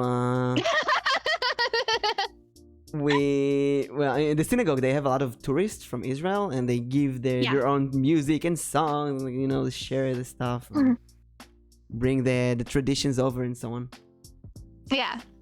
Oh, but basically the evening, I don't know if you do that, but in the prayer in the evening, so we get out all of the books, all the big scrolls that the synagogue has, which is usually like 7 or 10 of them, and the rabbi goes and he chooses who is gonna hold them. Then we hold them, and we dance around. And basically it's called a kafah, rounding. We have to round. Oh yeah, there's a lot of dancing with the Torah. Yeah, we need to round 7 times. But listen, we have Bnei Akiva, which is basically the Jewish Boy Scouts, or Girl Scouts, the Scouts, the Jewish Scouts. And they go from one synagogue to another. And when they go in, you don't dance 7 times, you dance 70 times. This could be like 2 hours of non-stop dancing. God. And it is so tiring. Now, whenever someone is too tired, they just grab you and give you the book instead. Like, oh, sorry, man, you take this. It's your God wants you to hold it. It's like, no, you have to. I have been holding this for 30 minutes. Why do I feel like half of our religion is just lifting up really heavy things or eating? At least we eat, so we can lift everything. Like think about bar mitzvahs too. Yeah, so you can be a strong person, get muscles, lift stuff from a young age. So you can hold the burden of being an adult. Right. So basically, you dance for like 2 hours. And there's a story. I usually don't go to the synagogue in that day. Gotta work all the calories somehow. Actually, after you eat so much in the holidays, you dance for 2 hours. That's a great point. Yeah, you do burn a lot of calories that way. Yeah. And just to be fair, another thing to Dina swole. Damn right I am. Well, she's a T-Rex. A VTuber. Yeah. VTuber. But so another thing is the Torah actually consists of a couple of books. So there's 5. It's Genesis, Exodus, Leviticus, Numbers, and Deuteronomy. We don't really count the sequel, which you guys like to call the New Testament. We don't count that. That's not like we don't use that at all. So we read the first 5 books. Nana, surprise attack! Welcome. We were just talking about the Torah and the sequel, which you guys like to call the New Testament, but I like to call the sequel because it pisses people off. There's actually many sequels. Yeah, a lot. Yeah. We don't read those. We only have our like first part. Yeah. Actually, I'm thinking I'm playing a game called Pentiment now. I started yesterday and I'm gonna play again tomorrow. And it's about a church in Christian times, in a Romani church. And there's so much Christ and Jesus. It's kind of fun for once to be all, I'm a Christian now, it's Christ and Jesus. I mean, to be fair, you don't have to go to church to find Jesus anymore. He's a VTuber. Oh, right. Yeah. He's been in South Park for years. Oh, no. Then again, Moses was there as well. Yeah.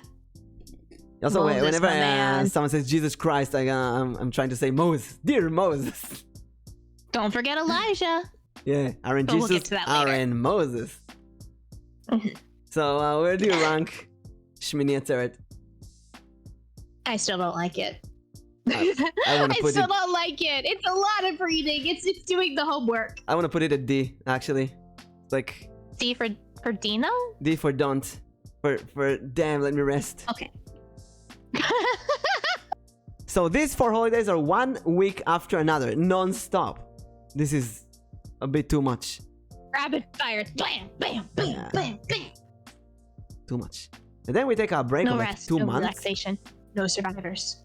And then we come to winter, our time. During Christmas, we have Hanukkah. Sorry, give me a second. Excuse me. Excused. Hey.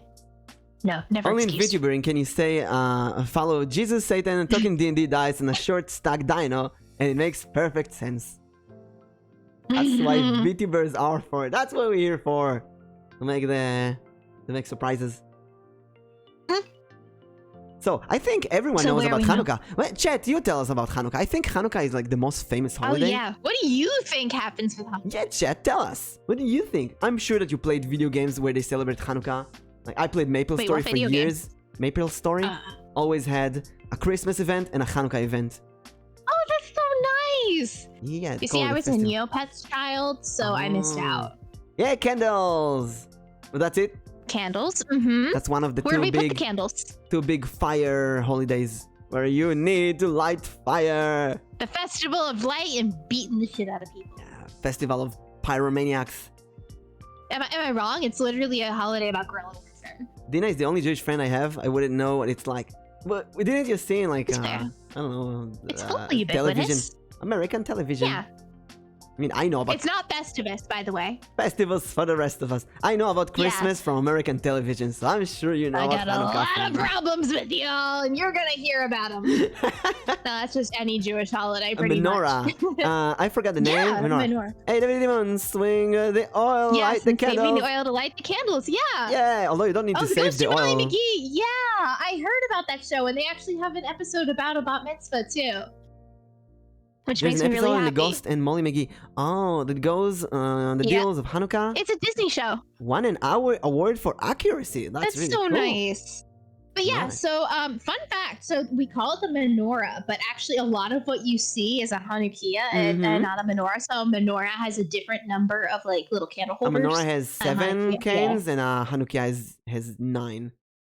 Yeah, because we don't just light one for each day. That's a misconception. There's another one that does all the hard work that we put in the front and center. One. Oh wait, I forgot something about. What do we call that? Wait, I forgot another thing about Shmini Atzeret. About the oh boy. Yeah. No, you have to remember. What did I forget? I don't know what you forgot. So before that holiday, remember the Arava, the plant, the swamp plant? We take them. We take them. We give a small blessing, and then we smack them on the floor. We beat the shit out of them 50 times. I don't know why. We whip the Arava on the floor. That's just like a Tuesday for me. I don't know what's your Tuesday, but we whip the plant out until there's nothing left out of it to kind of... instead of... You know, they used to do lashings in old times as punishment. So we kind of use the lashing on this plant instead of our own skin to basically... like a weird tradition kind of thingy. And we're not talking about like lash appointments. This is like actually getting whipped. Yeah, like literal lashing. So anyway, this is the Hanukkah. That's the trinket of Hanukkah. Yeah. And we have 9 candles on there, but one is extra special and does all the hard work, so we got to acknowledge that. And he goes front and center, and he's called the shamash. The shamash, or the usable. The usable candle. Why are you smacking the hell out of the plant? Great question. I have no idea. Because I'm fine with this Tuesday night list. It's instead of being smacked with a whip, we smack the plant.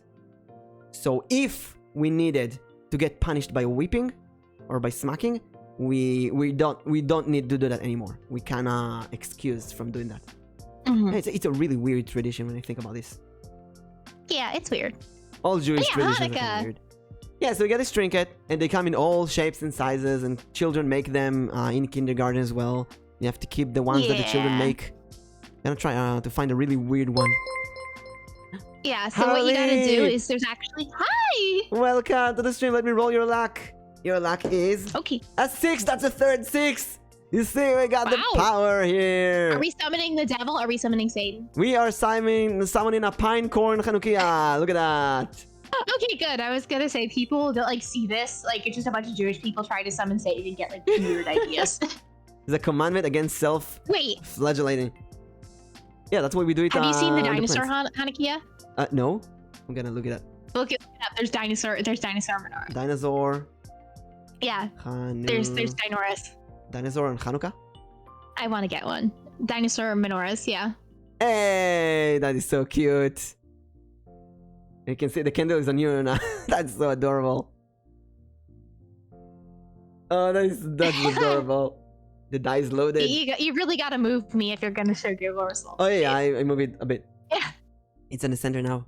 Oh, I didn't share the... Yeah, oh, I love it. It's so cute.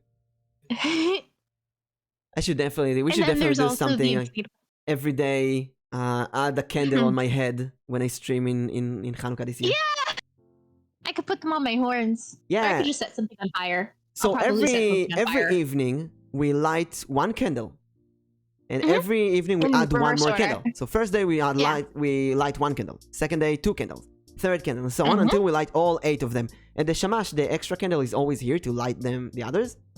And you give some blessings, and you sing some traditional holiday songs. And and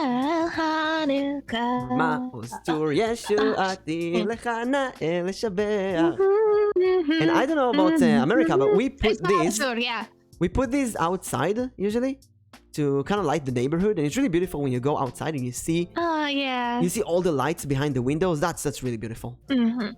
Yeah. Oh, and another thing is you have to let them burn down. You can't just like blow them out. Oh, yeah. They can't. You have to burn down all the way. And if you have a wooden kitchen or something, you have to actually sit there.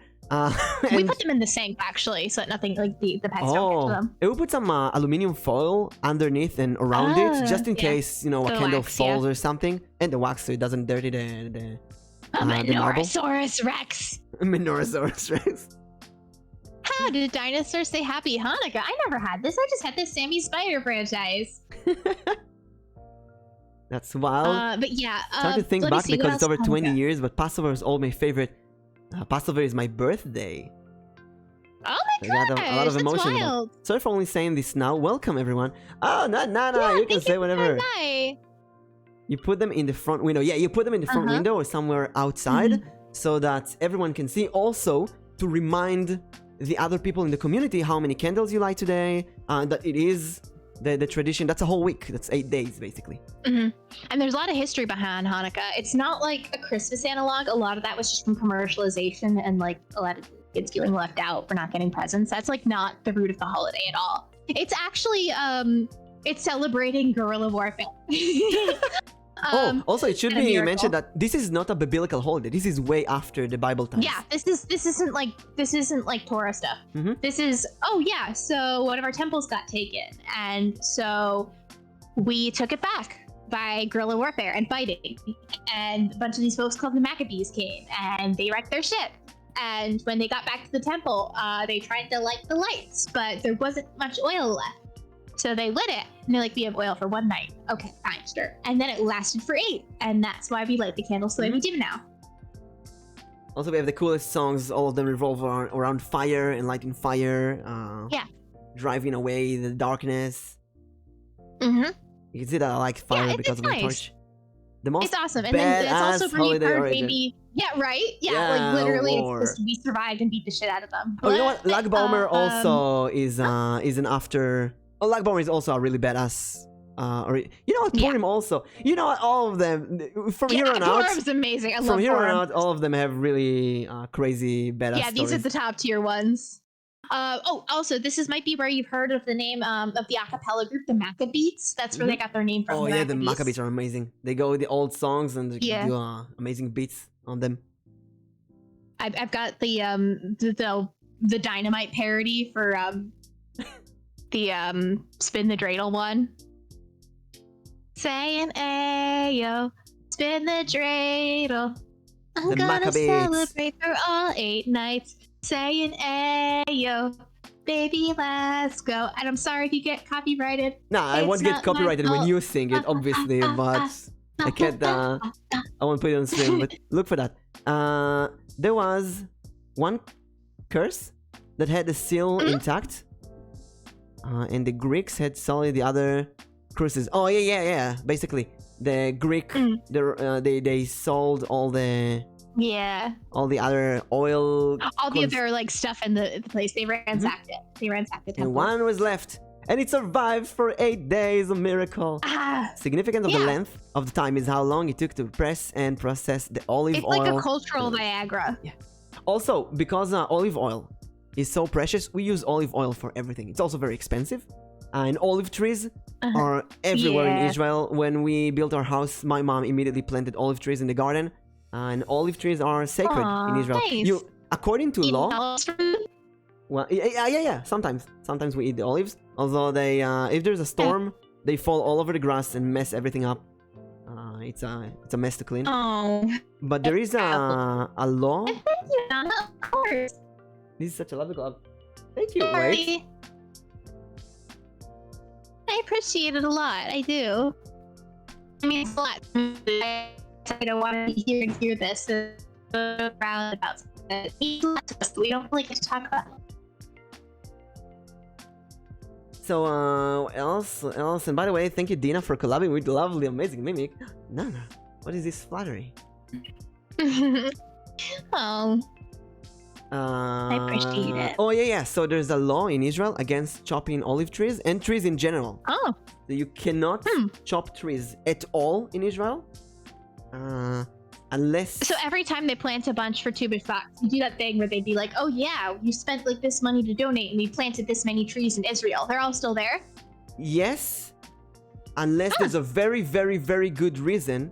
You need like a not a Power Ranger, a Park Ranger. Power Ranger! You need Power Rangers to give you permission. Basically, if you need to chop a tree, you need to prove that the tree is either sick and making the other trees sick, or it disturbs people, or it destroys sewer stuff with roots or something. You need to prove that the tree is actually causing trouble. Even then, unless it's sick, even then, you don't chop it. You just uproot the entire tree and put it in a park or somewhere. We take the problem and push it somewhere else. Yeah. Well, yeah, we don't usually chop trees. It's against the law, and you can get arrested if you chop trees. Oh, wow. Which leads us to George Tu Washington would have gone right immediately afterward. I don't know, it's all okay, times. but we need to finish Hanukkah. We need to finish Hanukkah. Also, there's two more important toys, I'd say, in Hanukkah. Because in Hanukkah, there's you get pocket money from your grandparents. It's a tradition to give the children money. I like the other money better. But there's the other money, which you called gelt. And we just call them chocolate coins. Yeah. It's basically fake money. They're little chocolate coins wrapped in tinfoil, and you can use them to gamble when you play a game of dreidel. Or you can use real money, I don't touch. You give them to the children, and they're really happy until they open it and discover that it's not real money. But then they're also happy that they get elite chocolate. Although this is the cheapest chocolate that you can imagine. Hi, Lupin! It's good to see you. Yeah, Lupin is here for a while. Oh, my bad. I'm so sorry. My brain is Hello! Yeah, they come in different sizes. And there's, Lupin, welcome to the party! Now Lupin is here, let me roll your luck. It's a 10, a perfect 10. So yeah, you open the tinfoil, you eat it, and they come in small, cute... They come in this small, cute, yellow buggy. And there's, of course, the dreidel. The dreidel! Yep. And I'm sure you all have heard the song before. The dreidel. Actually, there's a couple of songs. Actually, the dreidel song, the one you know, the dreidel. Yeah. It's an American song. I never sang that when I was a kid. There's also Civvy Bone. You sang Civvy Bone, right? Hanukkah, who got so Civvy Bone? Yeah, that's the one we sing in Israel. The dreidel. We never sang that too. Yeah, we do both. Basically, and there's a second verse to dreidel too that really? most people don't know. Yeah, it has a tiny body with legs so short and thin, and when it gets all tired, it drops and then I win. Oh, Koala raid! Yeah. Oh my God, Koala is my. Oh, we got a raid! Oh God! Koala is my. She's my VTuber daughter. So I took her to the zoo with her sister, waifu, That's Katsu. so sweet. I love these two so much. Koala, thank you. Why you write shout out? Oh. Koala's gonna be someone affiliate. who has Jewish ancestry, but my family stopped practicing after they fled Europe, so I've been trying to look more into this stuff. Oh my gosh, happy to welcome you here. That's really sweet. I'm glad that you've been trying to get more involved with it. It can be hard, and you know, I'm still finding like relatives that we got separated from, and it's an interesting experience. Yeah. So. And you can ask us anything at any time, during stream, after stream, I've been whenever. working on a Jewish VTuber Discord, like, yeah.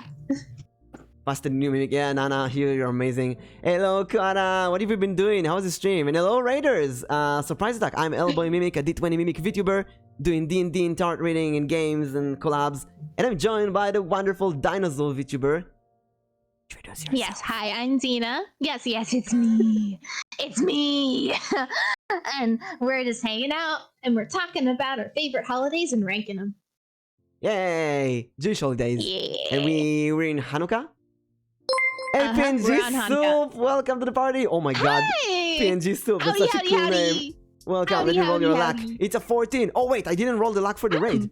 Oh my god, wait. How many people? Whoops. Do we need to do one for each person? Yeah. 3 people. 8, 3, and 7. We take the top one, 17. Everyone in the raid gets a 17 luck. Woo! And yes, I am a dino VTuber. In case you couldn't notice from my horns, I also have a tail, but you can't see it right now. Me attempting to watch with the constantly buffering single. Twitch can do that. I'm sorry, it happens. The Dreidels have the 4 letters of Nes Gadol Hayapo. Are we gonna teach them how to? Yeah. A big miracle has been here. That's right. Aren't your dreidels different? What do you mean? No, they're the same. No, we have Nes Gadol Hayasham, and you have the other one. Right. Here's the first big difference we have, right? In Israel, we have Nes Gadol Hayapo. A big miracle happened here. Yeah. But in America and other countries, they say Sham. A big miracle happened there. Because it happened over there. Oh my god, it's such a cool difference. Yeah. Should figure about so how my dreidels look different Soup. than your dreidels. Hello, Soup. Hello. Mimic, did you know if you search dreidel on the first page where appear everything, the Google plays a dreidel for you? We're gonna look it up right now. The cutest. Oh my god. Oh gosh, you're sweet. That's like the raw D20. Cutest dino VTuber. Yeah. Oh, that's so cool. That's very sweet of you. But there's lots of other great dino VTubers out there. There's Kira, there's we don't know them. We only know you, so you're the best. There's Tyr, there's Redclaw, there's oh my god, there's so many. They're all my friends. But yeah, you only get none. You get nothing. You get nothing. Back in the line. No soup for you. No soup for you. No PNG soup for you. Every roll is good. Every roll is good. Twitch mobile doesn't stop buffering. I'm gonna bite the knees. Dina does seem very awesome. She's awesome.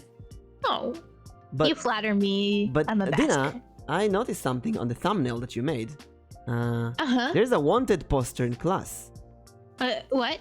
There's a wanted you poster. You weren't supposed to see that. Extinct or alive. Why are we talking about this? I was wondering how is it in your class and you didn't say that yourself? I was subbing. That was your class. I was the substitute for the day. It's in my class. I see. Yeah, this is your stream. It's your class. She made the thumbnail, by the way. Subbing. Okay, I'm gonna take off the poster right now and I'll throw it in the grinder. Both of you are all adorable and amazing individuals, and so your friends. Oh. Everyone here is amazing and valuable. Oh my god, PNG Soup, you're so you're so good. You're so thank you. You're so sweet. Guys. Yeah. I gotta say, Hanukkah, with, the Christmas time and holidays and winter, I feel like, we're not gonna talk about bad stuff. Jews have been through a lot of bad stuff. I don't want to talk about that on stream, but yeah, I kind of feel like Hanukkah is the most welcoming time of the year. Like I agree. Marvel, DC, American television, I see Hanukkah everywhere. It's like, hey, this is some fun, lighting stuff on fire and just having fun with family members. I really feel like the most welcome. Well, and also I like the winter season, the autumn. As long as you're the sad sick. thing about it though is that part of the reason it's so popular is because people treat it like a Christmas analog. They see it as, this is the closest thing now to Christmas that you guys have, so therefore it must be the most important to you. Instead of actually, asking us about which holidays. I don't think about it like that. I love that there's a bit of welcoming, step by step. I've already started working on getting my family there. Dina is a cute dinosaur. Even I forgot about her messaging me. Oh no. I want to invite Dina to my manor to protect her from extinctions. All monsters deserve my protection. Wait. Did you call her a monster? Does that mean I can't bring the garlic? He called you a monster. I am a monster. Oh, I see. What part of that do you not understand? Are you trying to revoke my monster status? Well, I'm a mimic, so in a way I'm also a monster when you think about this. Okay. I'm not one to speak. They try to analyze other cultures and religions through the view of our... Well, that's what they can do, That's the best they can. And it happens. I'm happy that the people trying. Whenever, like, Maple Story, they had a Hanukkah event, I was really happy to be included and so on. Yeah. It's much better than just being the corner of the Hallmark store that happens to be blue. You should know, though, that there's a misconception in Hanukkah that we get presents every day. No. You get money once. It's usually chocolate coins, and that's it. Light your candles. No, I get presents. Every day? I get presents. Yeah. What? We never get those. They're not always large presents, but you know, we do every day. Like sometimes we use them as like excuses to see all the families. So, like one day we'll go to one person's house, and then one night we'll go to another person's house. All of our holidays start at sundown, by the way. Celebrate the candle lighting in a friend's house and so on.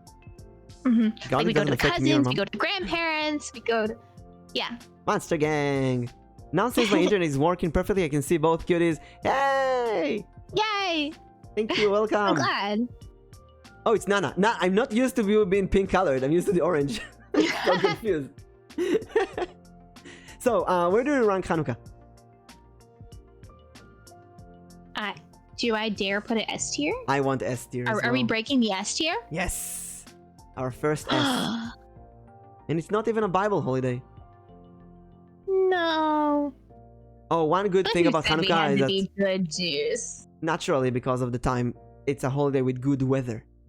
Unlike Rosh Hashanah and Yom Kippur, which is very hot usually because it's in summer. But I guess that depends on the country. And Hanukkah is like autumn, winter. Oh, one thing though, you should never go to a Hanukkah party like the last minute, because there's so much traffic outside in Israel at least. Yeah. Everyone is going. Well, remember the last minute. You have to go to the family, pack all the kids in the car, and go the road, and then there's traffic everywhere. Oh, I almost forgot. On Hanukkah, one of the foods that we eat is latkes, which are like potato fried hash browns, kind of, and we fry them in oil because pop quiz. Where does oil come into play again in this holiday? We eat it. We eat a lot of oil. A lot of oil. It's not good for the tummy, but it's so good. And also, we do have a Christmas tradition here in the U.S. I don't know if you know. Yeah, we have a very informal but very special tradition that we have on Christmas, which is nothing's open except for the movie theaters and Chinese restaurants. Really? So we usually get Chinese food on Christmas. Wait, so everything is closed? Yeah. Pretty much everything except for Chinese restaurants. Oh my god, so, I thought this is like we just get Chinese food on Christmas. Old time stuff, you know? Yeah. No, it's like modern, I've been to France recently, and what was it? Monday or Tuesday, like everything is closed. And that was so weird for me. Because when I grew up, we had this Tuesday, all the shops closed. But then today, everything is open 24/7. Like I can't imagine shops being closed. They lose money. You know, and every shop tries to find workers who would work in the weirdest times. So people can be home with their families. I am holding latkes. Yeah, that's what I got here. I got some latkes and sour cream. You can also eat them with applesauce.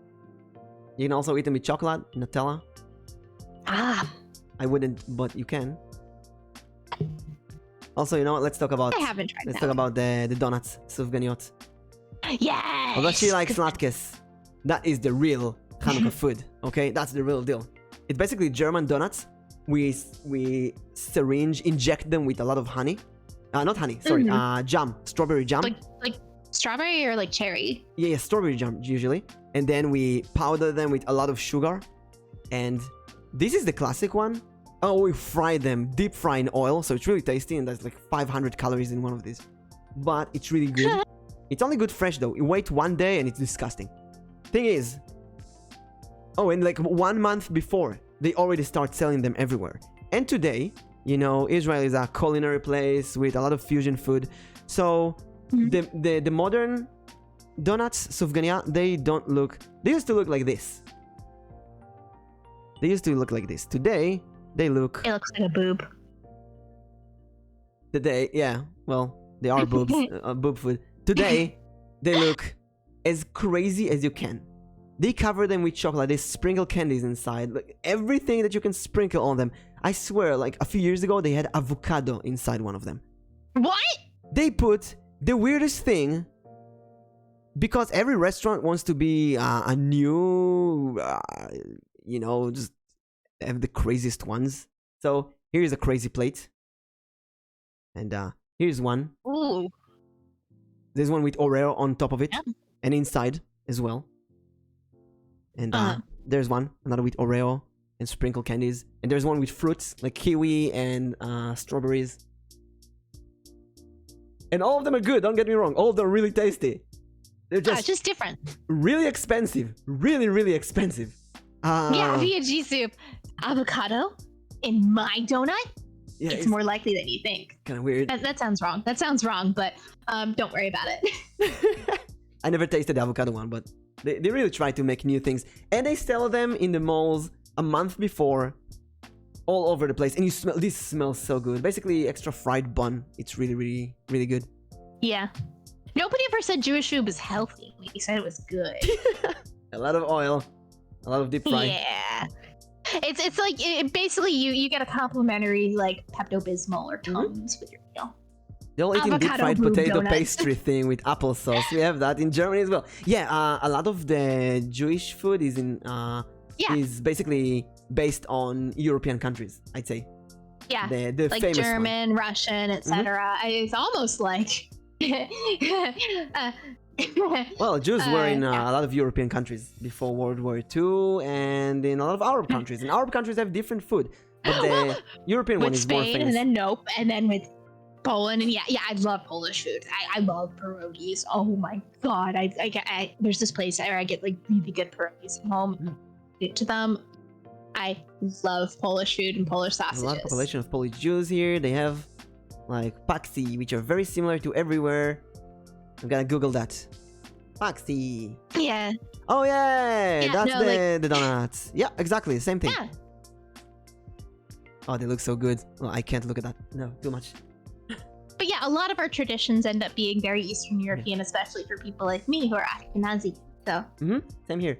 Also, we have this kind of friend tradition. Who can survive the holiday without eating a donut?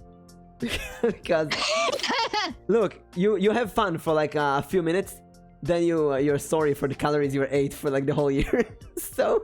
Really. Speaking of things that have gotten weird over the years, have you seen some of these new like Beyblade dreidels that they've made?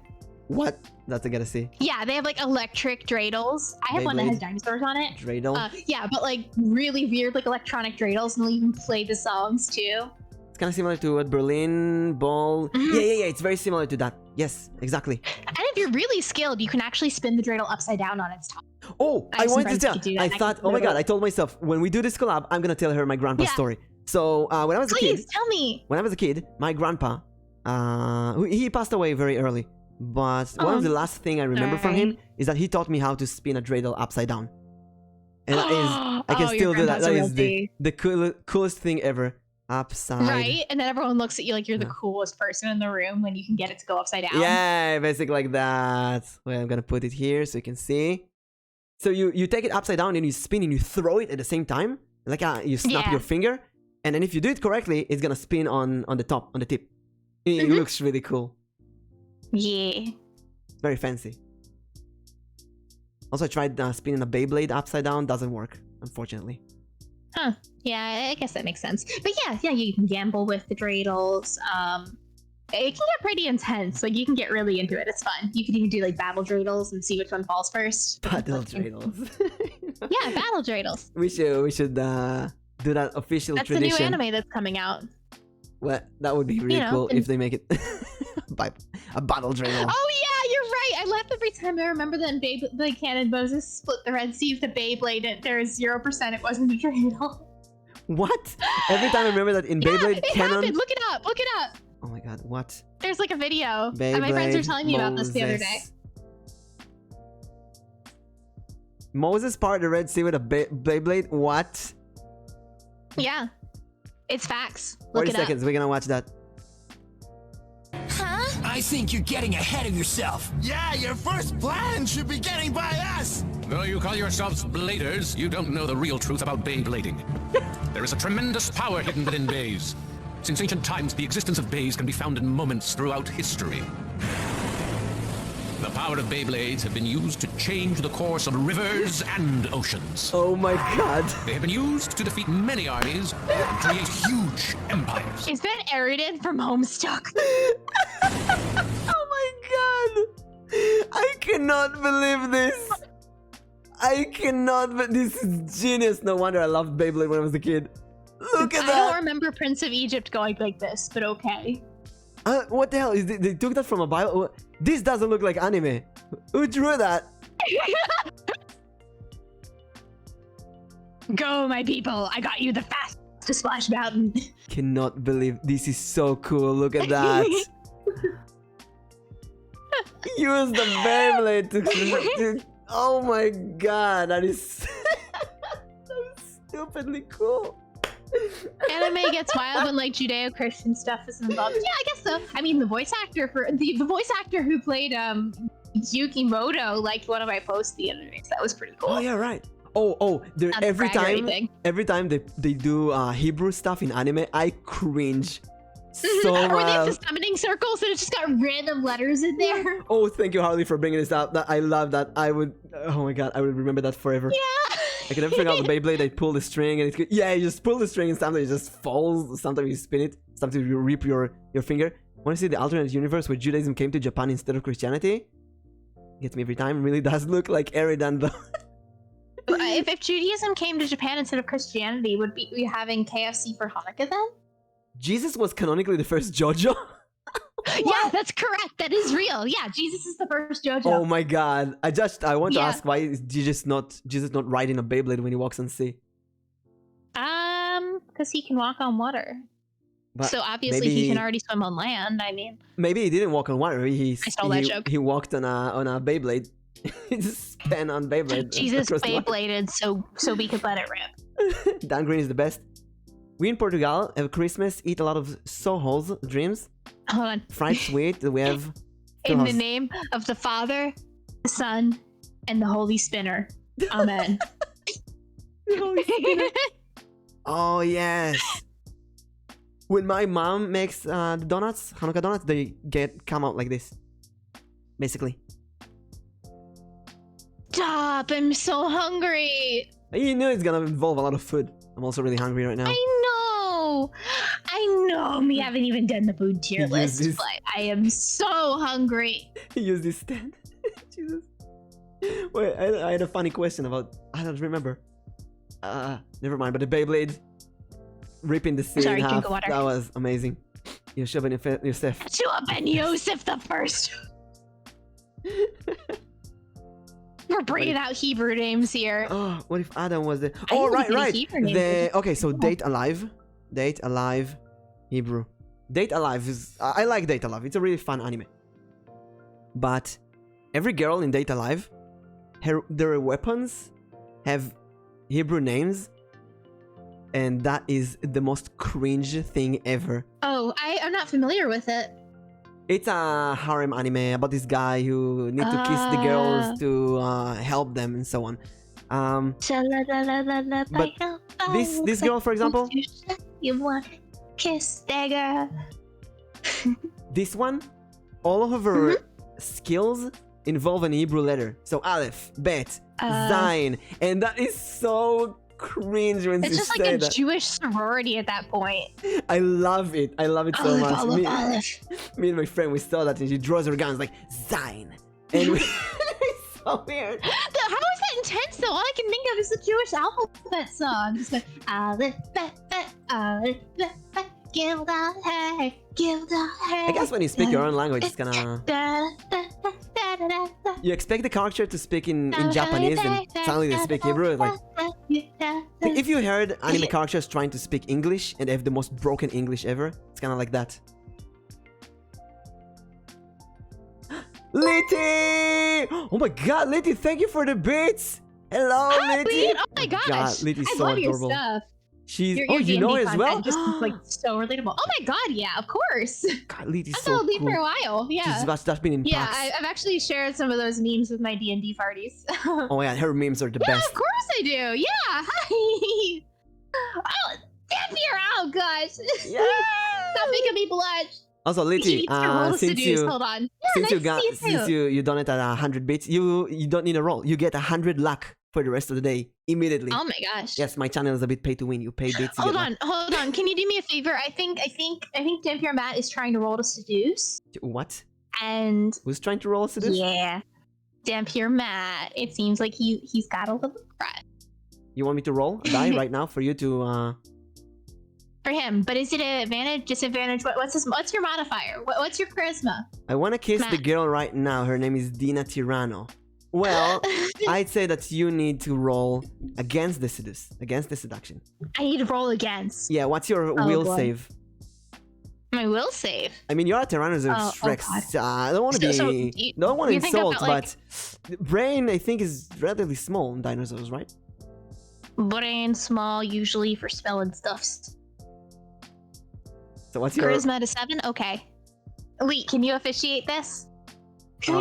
You know, actually, once I was at a convention and I wanted to buy a set of dice, and my friend actually asked if he could roll to seduce the seller for a discount, and he said okay, and then actually gave him a pickup line, and I got $5 off. Just saying, Dina, your hands are small, and your height is even smaller. I can think of something even smaller on your end. I'm really small. I'm smaller as well. I don't play much D&D, so I don't know, a little higher than usual at least. So, let's just roll and see. Oh, you know what, Dina? You can roll yourself.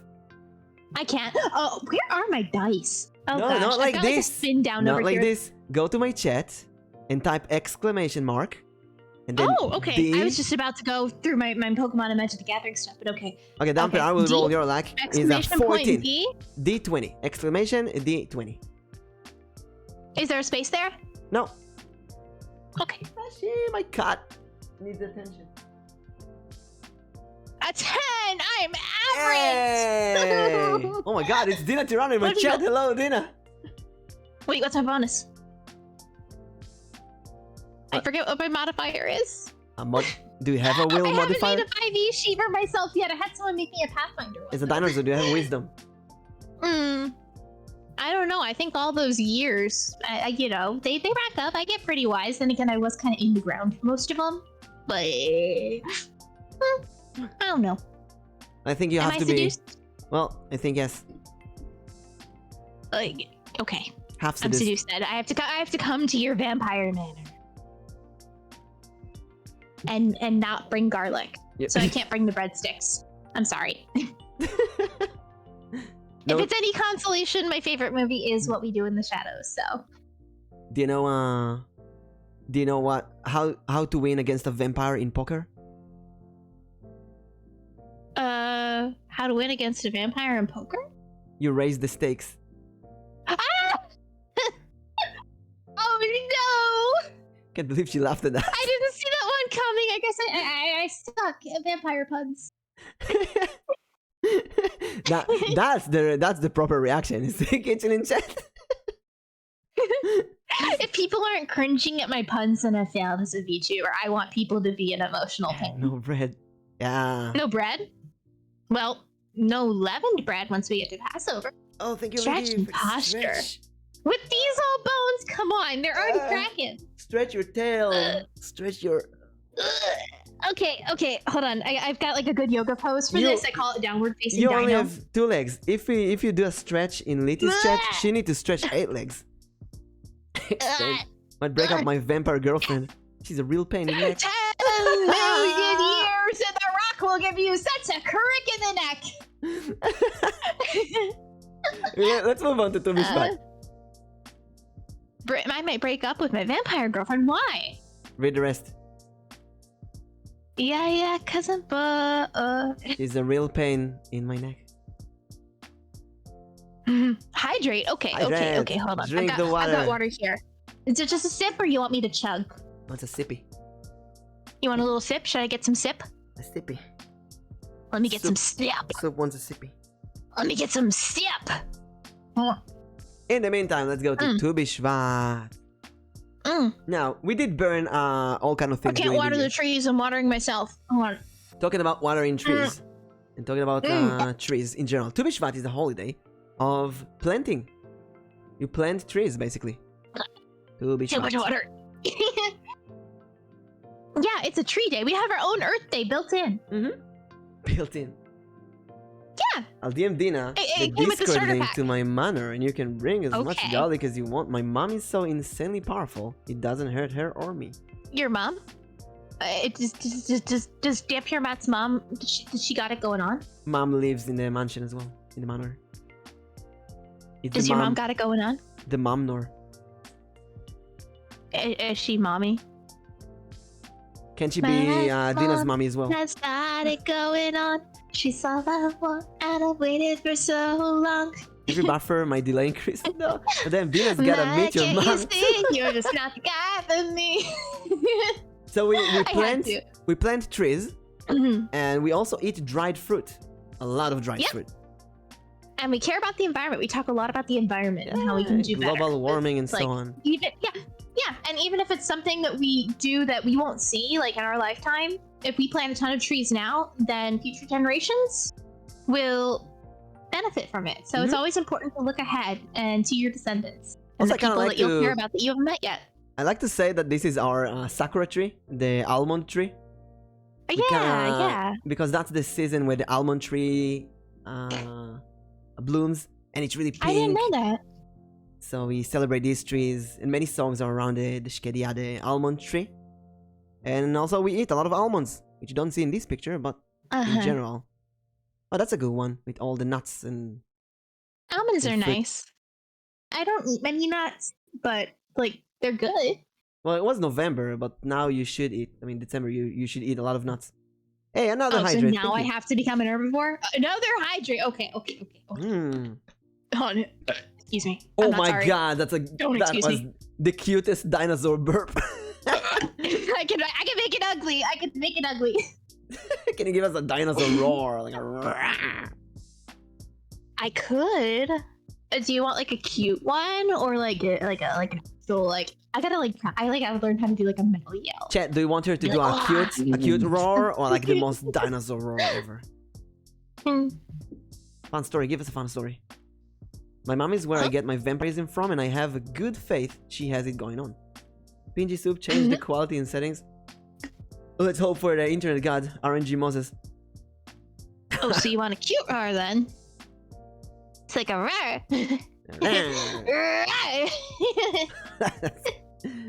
Like a lion cub. Yeah. Like Simba. Except I kind of got a mane too. And my dad's dead, so I guess I count. Can you do an adult Simba? An adult Simba. Like a like that? Yeah, like a roar that rips the original concept was an imp bound by Selma. Oh, that's cute. Nifty. Does your dad speak with you from the skies like Simba? Oh, yeah. I look up at the stars and he tells me to always eat my it's not eat my vegetables. It's more like eat my triceratopses. Eat your meat. Yeah. Oh, that's Get cute. lots of food. Nosh up. Yeah. How is this level Oh of yeah, it's a adorability? tree day. How is this level of adorability possible? Cute things come in and cool things come in small packages. Bro, I want to adopt Dina. She's so cute. Well, the best way to adopt her is to go to her Twitter and Twitch and follow her. And Yeah, apparently people find me funny or something. So you might too. pet her every day. I had pat a day keeps the Dina here. Come here, Meshi. And a veggie a day keeps the Dina. Depends on the veggie. Too much fat. There's not a lot to say about it. Oh, there is I think it's an Israeli tradition. You know that in Passover we have the seder, basically the big meal with a lot of instructions. We're gonna talk about this in Passover. So in recent years we have a Tu B'Shvat seder, basically. We kind of made up. Oh wow, you didn't do that. Yeah, in Israel we kind of made up a list of things to say and order of fruits, dried fruits to eat, and we sit in a family dinner like in Passover. It's not as long as Passover. And we just talk about plants and trees and basically Earth Day, and we eat dried fruit. Okay. Yeah, it's good. It's good. And I like having a built-in holiday to talk about the environment. So it's like, we kind of have to bring it up. It's not something that we can push to the back burner. It's not something that we can just forget and not think about or treat it like a political thing, because we care about the place we live in, and the earth is just as much our home as it is a home for every other creature. It is a relatively light holiday, I'd say. Like you can easily skip it without repercussions. And the cool thing is I like that schools... You know, plant a seed, something like that. Yeah. Schools take all the children in school and they plant seeds outside and so on. When the Jews came to Israel, half the place was swamps. There's so many swamps. Like where I grew up, Herzliya was basically one giant swamp. And they just planted a billion trees. I don't know if a billion, but they planted as many trees as possible. More and more and more trees. And that dried up the swamps, so we can actually build stuff. So until today... How does it feel now that you've murdered Shrek in cold blood? Shrek didn't live back then. Shrek... Wait, we're gonna figure this out. How old is Shrek? I never thought about that. He has an age. I just assumed he like showed up like Jack Black. First song's lyric that Shrek is actually 7. Huh? But we don't know how old that is in ogre years. Somebody once But someone says between 200 and 600 years. My god, I never thought of that. The sharpest tool in the set. But we still have swamps somewhere. She was it's not the whole, kind of dumb with her finger and a claw in the shape of an L on her forehead. My break is technically not over, but my coworker clocked back in and never puts any dishes in the right spots. I have to clock back in to make sure he doesn't misplace things. It was fun being able to vibe for a bit. Have fun, everyone. Thank you so much, Pinzisu, for joining in. Hope to see you again. Take care, okay? Take care. Eat your veggies and eat a person too if you brush got the time for it. your teeth twice a day. Oh, and floss. Not the dance. Like floss your teeth. You could do both. You could floss while flossing if you have a long enough string. That I guess. Never tried it. I you know you could do that by Look planting trees. Oh yeah, it depends on the trees. I know that eucalyptus trees are really good at drying swamps, but then I read recently there is some problem with that. There are better trees for that. I don't know. You need to be a Power Ranger to understand. A park ranger. Oh, but like mangroves building. Yeah, I have no idea. Yeah. Well, but why would you plant eucalyptus if you didn't bring the koalas with? The what? Because then that's like a really quality garden. Heh. Look, I'm not that old. I have no idea what they've done here back then. It's like 70 years ago. You think I know when they planted stuff? They probably looked at other countries like, oh yeah, you're like the British. They dried a swamp with a eucalyptus. Let's bring a lot of eucalyptus and plant them everywhere. And now that the eucalyptus are doing so much sewer damage and stuff, and you can't get rid of them, and I have no idea. I do sewer damage every time we have a holiday. Oh my god. That's one good clip that will be put out of context. No! Hello, Clippers. Shrek means monster in Yiddish. Huh, how about that? Really? I didn't know that. That's so cool. Thank you. So where do we rank Tu B'Shvat? I put it high up there. I give it a solid A. A? For me, it's like, I don't really care about that. It's really neutral holiday. I don't care about it, but I like it, and I like what it does for us. Well, let's put it here then, at A. Cute holiday, cute songs. Thank you. Thank you for the compromise by doing exactly what I wanted. In Yellowstone, we had a huge problem with deer population explosion. When they ate the willow sapling, the trees stopped growing. Oh. Isn't that why they brought the wolves back? That's one way to deal with that. I know that in Australia they had a rat plague a few years ago, so they brought a lot of cats, and now they have a cat plague. So they started hunting cats. No, they had the emu war already. Do they have to continue it? Well, I'm not Australian. So we reintroduced wolves that knocked the deer population down, and it's slowly restoring the plant's life and local habitat. Oh, inside your park, there are 2 wolves. One is eating deer. The other is eating deer. You have a stable population. We have. Do you know after COVID, there's all kind of towns that got flooded by wild animals that live next to the towns. After COVID? during COVID. Sorry, like after the first quarantine, a lot of wild animals breached into towns. Oh, like monkeys. Yeah. I remember that. Like New India York got like full like subway rat. Yeah, exactly. And I know in India some towns got flooded with monkeys and so on. So in Israel we have Haifa, one of the biggest, the third biggest city, I believe. Yeah. And it's surrounded by wild boars, pumbas basically. Oh, I heard about this. Yeah. The big boars, and you can't put out like pumpkins or anything for Halloween because they'll like be attracted or something. So I don't live in Haifa, thankfully, but they are. Yeah. Oh, I can read that. It does say Haifa. They are like pigeons or cats. They are everywhere.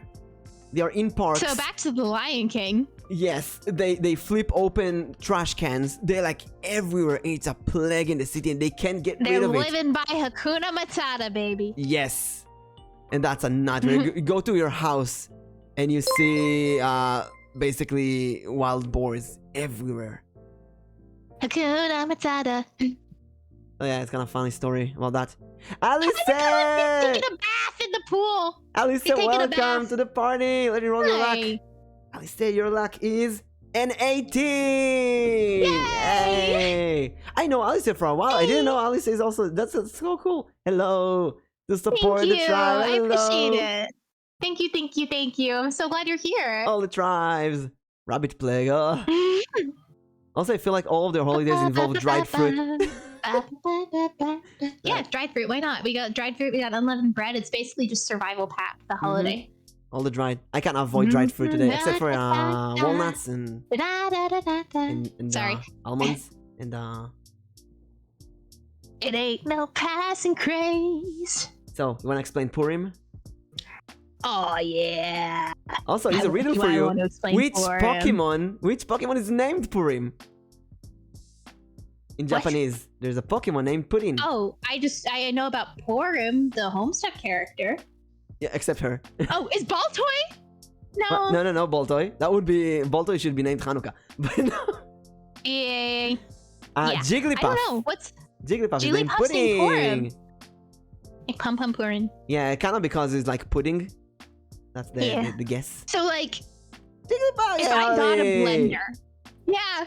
So Purim is like basically if I took a blender and I grabbed Mardi Gras and Halloween and Jewish pettiness and then tossed them all in, that's Purim. It's like our Halloween, kind of. And because we are known to never forget and hold a grudge always, and always make fun of people who deserve it, we have a holiday commemorated to the safety of the Jews and making fun of a guy's stupid hat. So basically, it's the story of the scroll of Esther from the Bible times. I love her. She's the real girl boss. Yeah. She got married to the king of King Ahasuerus, I think. Ahasuerus. But I'm trying to figure out what's Shoshana. We don't know where Shoshana was. Like, in the middle. Yeah, it was in the middle of a hot, dry place. Yeah. And she married him in order to get rid of... he thought she was beautiful, yeah. Get rid of some evil person who wanted to kill all the Jews because he hated one Jew. Who was... It was the king's advisor. So, her Jafar, uncle actually worked Jafar. Basically, it was Jafar, basically. Haman is Jafar. So, Esther's uncle works for the king, and he trusts him. And there's also this guy called Haman who works for the king. He's like his advisor. He's like a sneaky, like worm tongue guy. Yeah, Haman. Yeah, he's a dick. He's just like an asshole in every way. It's kind of like it's like the bitch eating crackers thing, where like if you hate someone, you find a reason to hate everything about them, including his stupid 3-point. Take like the most classic Disney villain. That's basically him. Yeah, he's like a Disney villain for Judaism. So Haman's like, oh my god, I'm gonna find a way to pin this on the Jewish people. We gotta get rid of all of them. Let me, cause you know, it's just what happens, you know? So he's like, let me convince the king to do this. Not knowing, of course, that Esther, his new bride and the queen, was Jewish. And she's like, should I say something? I want to stand up for my people, but also I don't want to upset my new husband. And I know he really trusts Haemon's advice, and I shouldn't speak out of turn, because if I just ran up to the king and said, you should do this as soon as I became queen, that would be kind of, weird. But she decides to gather the courage, and she spoke the truth. And Haemon gets ousted, and we're safe. And we still make fun of his shitty hat. Today. Not only his hat, we make fun of his ears, because unfortunately, one of the most common thing that you eat is basically these Haman ears. Yeah, his ears, yeah. It's not, but that's his hat. So we have the 3-corner, We should also say that this is not his actual ears. This is a baked thingy. Yeah. And you fill it with some. It's like an elephant ear or a monkey's. You fill it with dried we don't stuff. actually Haman. And I hate this. This is so dry. It's like the driest cookie. I like them though. Really? You like this? This is so dry. You can fill them with chocolate if you want. This like you think it's all chocolate, but it's just like a small drop of chocolate, and the rest is just the most driest ever. Well, when we make them, we put orange zest in that is a good good improvement. Yeah, give it a try next time. But yeah, so not only do we make fun of him, but every time his name is mentioned, so we have these noisemakers, and we call them groggers, and they're really obnoxious. It's like the sound that like a shopping cart makes when it's got that one wheel that's messing up, and it's like so every time we hear his name, we just boo it as loud as we possibly can and swing the groggers around to make the noise so that people can't even hear his name. Look at that monstrosity. So we are just like unilaterally shitting on this man like thousands of years later for his shitty hat and his shitty attitude, and I love it. And apparently his very colorful ears. Look at that menace. Look at that. That's a menace. I think you should get that checked out. That looks like it might be a problem. So there's you two should get big. That checked out. You should go to a doctor. Oh well, yeah. The ears. Who's date? Welcome to the party. Oh, hi! I'm so glad you stopped by. I know you said you could if you had the time, and I'm really glad you did. We're talking about making fun of a guy's hat. With Justin Purim. From like several thousand years ago. Let me roll your luck. Your luck is so we have number 1. Oh, no, I do roll a lot of ones today, you know. Hello. Yeah. Yo, it's not chocolate. Another thing about Purim. So everyone will dress up for it. It's like our Halloween. Yeah, there's 3 big traditions. One of them is to dress up. Yeah. Dress up in all kind of costumes. Yeah, so you can dress up as whatever you want. You can be silly. And often, like my synagogue would run like a Purim carnival. So we'd have all these games that we could have the kids play and win tickets, and they get prizes. And it would be a fundraiser for the synagogue too. We have those in high schools. Every high school does a carnival, a local carnival, where you go and there's all kind of games and stuff. We always used to shave balloons. I don't know why. You take a balloon and they put shaving cream on it and give you a blade. And you have to shave the cream without exploding the balloon. I don't know why. This is such a weird thing to do. It's training you for those manscaped for the future. All the time. You know what? They do this in old boys school usually. Training you to shave. I didn't think about that. No, but we have like wheels. We'd have like treasure hunt things. There would be like you win a fish by dunking in a fishbowl. There's all sorts of games and stuff, and it'd be a lot of fun. Usually, and you tell the kids that you recognize their costumes, and they get all excited. It's super fun for the kids, and the kids need the most expensive costumes before they go to school because they have to be fancy, right? And they have to be the coolest. Can you guess what in the recent year has been the most common costume within girls? Oh, I have a guess. Yes, give it. Is it Elsa? Yes, it is Elsa. Yeah. Elsa still, every child, like, I'm gonna be Elsa. So much Elsa. Unbelievable how popular it is. Disney might have made so much money. You think maybe they should just let it go? Yeah, I guess. But you know, kids be kids. My friend's daughter is like 5 and she wants to be Elsa.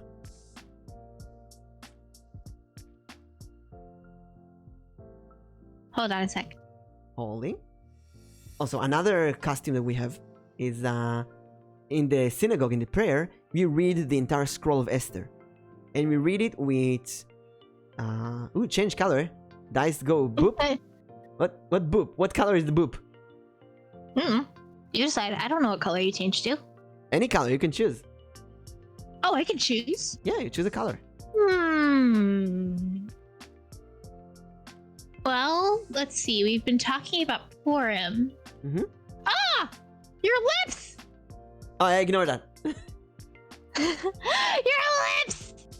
It's fine. Don't worry about it. I want to see you turn green.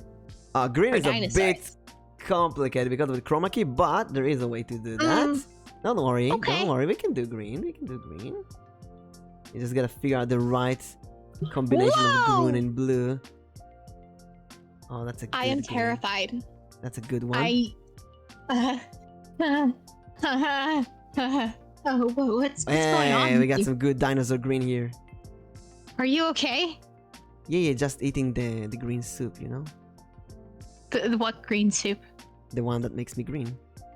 I don't like where this is going. Yeah, I'm green now. Admittedly, this is a very... Like that episode of, like, Magic School Bus returns orange. Oh. A bit of a dark green. I'll jump make it on a the bit floor. lighter. Everybody walk the dinosaur. Oh, don't remind me of Magical School Bus. Magic School Bus. We are I'm green. sorry, don't be this complicated. Yay! The green soup. The soup that's green. The soup that makes you green. Green soup. That soup. Cusco's poison. Poison. Cusco. You know, Cusco's poison. Can we go on normal field Can we trip go this on a time? normal field trip this time? With the friends? No way! The green soup. The soup that's green. The soup that makes you green. Green soup. That soup? Yes!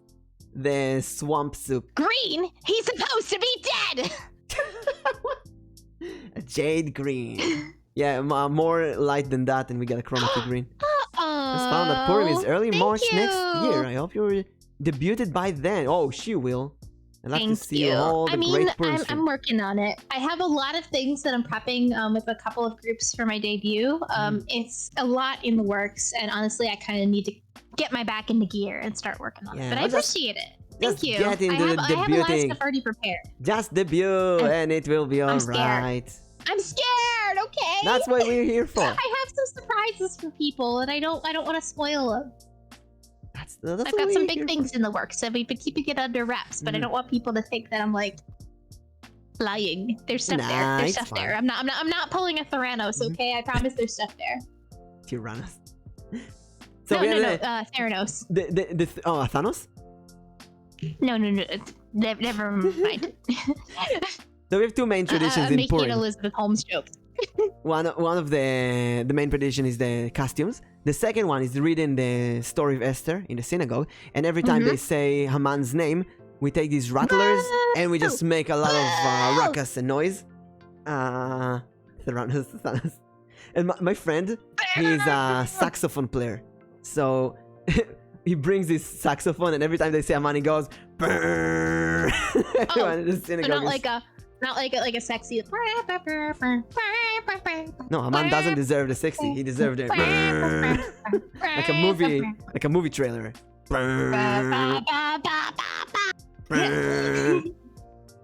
Yeah, I like not like a shofar though. We don't use a shofar for this. He doesn't deserve it. Oh, and one last tradition, a really important one, is the gifting of food. You get you prepare packages of food and you give them. You're supposed to give them to the poor people, but we also give them to other families. So families trade food gifts, and many things in the food package are recycled from other food packages. So if you get dried cookies or something that you don't like, you just put it in someone else's package and give them in return. Yeah. So sometimes you can give something that nobody likes, like a dried cake, and it goes through a whole circle in town. Regift and regift again. Until it gets back to you. It's really embarrassing.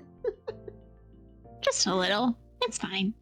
There's also this joke that sometimes people would keep a package of something they don't like for a whole year, and then they give it, and they always need to make sure that they don't give it by mistake to the family who gave it to them last year. Yeah, kind of like Christmas fruitcakes, exactly. But some in the last few years, these really get more and more creative. So my mom would buy cups, and she put some healthy stuff like honey and cool stuff in the cups. So instead of just candies, you get some really cute packages, original stuff. And my sister and her friends, oh, that's a really good example. My sister and her friends, they really try to make the most original stuff. For example, they will give you a cup with some cacao inside, a choco powder, and instructions on how in a small milk bottle, and instruction on how to make the best choco ever. Yeah. So we really try to be more creative around it. But yeah, overall a really good holiday, very favored. What do you rank it as? Absolutely. Oh god, that's an S tier holiday.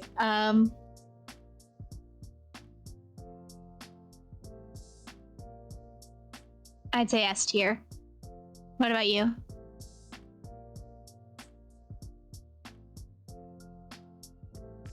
Hello?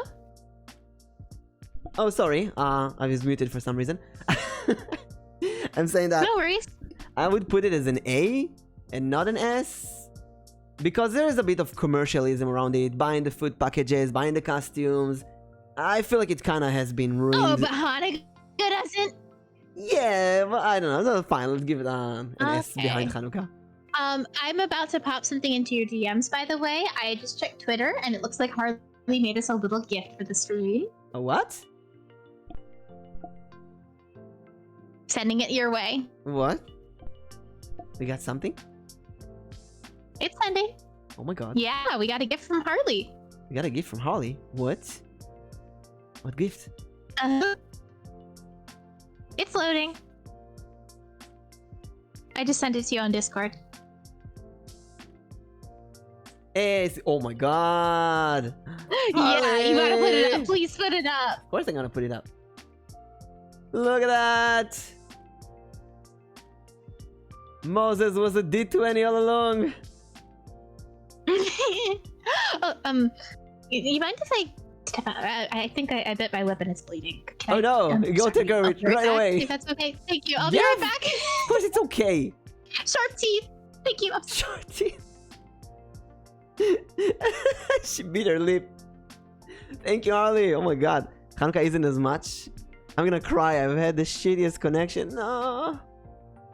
It's gonna get better. It's gonna get better. Also, I had a few bad days, honestly. But every time I stream with amazing people, it just make me so much better. Just brush all the sadness of the season away. You know, autumn. It's I think one of the reasons I like Hanukkah so much is that it's at the entrance of winter already. It's like after autumn. And autumn is so heavy sometimes. There's you get sick in autumn and allergies and the seasonal depression. Welcome back. And I think Hanukkah is like, I got tissue paper now on my face. yay. Where did I put this? I'm gonna put it on your head. And Purim. What are you putting on my head? The Purim, the dice, the Moses dice. And Purim is usually between winter and spring. So I remember many times I went to school with a costume and it started raining. And my costume is drenched with water. I'm like, no. No. And then you go in school and everyone is drenched with water. All the costumes are soggy.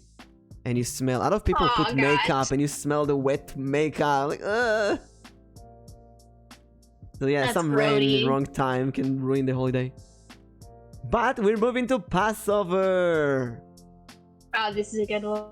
That's the longest holiday. It's only a week. Give me a sec. I can only taste a little I'll bit of blood in my explain. mouth. I can only taste a little bit of blood. Should in be my a mouth. I hope I D20 or don't go into something a else. frenzy. The reason why upon there. Oh, whatever you want. I think a D20 is perfect. D4. Not after. D20 is great. Just before he used the Beyblade, he spun a D20. Just give me a second. It's still bladed. Alright, just hold it, press on it until it stops. I am. Now I'm gonna talk about Passover in the meantime. So we have a few traditions in Passover. First of all, Passover is celebrating when the Israelites left Egypt after being slaves in Egypt for like 200 years. Moses comes with the Beyblade and releases the 10 plagues and the story of Israelis in Egypt, and they run away. They escaped from Egypt into the desert, and then the Israelis are really in a hurry. They don't have time, so they bake the worst kind of bread, unleavened bread, and because it's unleavened, it's basically a matzah, which is a cracker. I don't know, it's tasteless, it's hard, and You're missing a lot of the story here. I'm gonna have to go back and fill in. You're bleeding, so you're gonna fix the story later. Given the blurb. So we put some stuff on it. And the tradition is that, first of all, we burn everything that is made of wheat. All bread is burned. We gather everything, fire, juice. Chametz. Yes, chametz. We gather everything. And we also have this tradition where we take a candle and a feather, and we actually go in the house and look under closets and under corners and all around after darkening the house. We go all over the place and looking for the leftovers. And before the holiday comes in, Dust it up. Yeah. we gather it in piles outside the houses, and we burn everything. And then we cannot eat bread for a whole week. We also need to clean the dishes, especially clean the oven. Sometimes we're unable to use them for a week. And for a whole week, we cannot eat bread, any kind of bread, and any kind of wheat product. And then different Jews, they can't eat even extra stuff. Like, for example, chometz, which is vinegar in Hebrew. It sounds like chametz. Chometz, chametz. It just sounds the same. So my grandma, they wouldn't eat that as well because it sounds the same. My dad made a game out of searching for wheel. What? Tell me. We just put fake chametz in 10 piles around the house. And then we can That's so cute. guide that where it is in case it doesn't find them. I love that. So, if the kid still feels okay about it. Also, my birthday is Passover. So it was always extra special for me. That's right. So But nice. when I was a kid, I love that. usually we would go to hotels for Passover because cleaning it's also spring clean. You clean the entire house. If you're already burning the bread, let's also get rid of everything, clean everything. We just do a massive clean of your entire house. So many families go to hotels, so you don't need to deal with the extra cleaning. But then I kind of felt like instead of celebrating Passover with my friends, I celebrated with a bunch of other old families. But in recent years, we do it at our home, and we invite all of our big family, and then everyone sleeps in our homes. There's a giant sleepover, and there's the Seder, the order of Passover, Leil HaSeder. So the first day of Passover comes night. We have a huge table with everyone in the family. That's a good picture of that. Everyone is in there. Yeah. And there's wine, a lot of wine. And there's a lot of meat. And there's a special plate with special food that reminds of the Seder plate. That reminds of things that they ate in Egypt. And we need to break... And they're all symbolic. Yes, we break the matzah in half. And then the dad hides half of the matzah. That's the afikoman, basically an Easter egg or an Easter unleavened bread. And the kids need to find them. They have the entire evening to locate that and steal it. If they manage to hide that, they can bribe the dad. They can blackmail the dad. Give us something like money or a present, or you don't see that because you cannot finish the Seder without blessing that broken thing. I used to be too good at finding it, so they had to they kept having to find harder and harder places to find it. And that's like I would tear the whole house upside down looking for it. That's the best part, honestly. Yeah. Just getting to run like a madman, like, oh man, I'm gonna find it, I'm gonna find it, I'm gonna find it. I feel like how gentle kids search for eggs on Easter. Yeah, kind of the same. But there are some rules. It has to be in the vicinity of the table. It cannot be outside. It cannot be broken. If you break it, you get no reward. You have to make sure because it breaks really easily. We also have this kind of tradition of trying to break it evenly with a karate chop.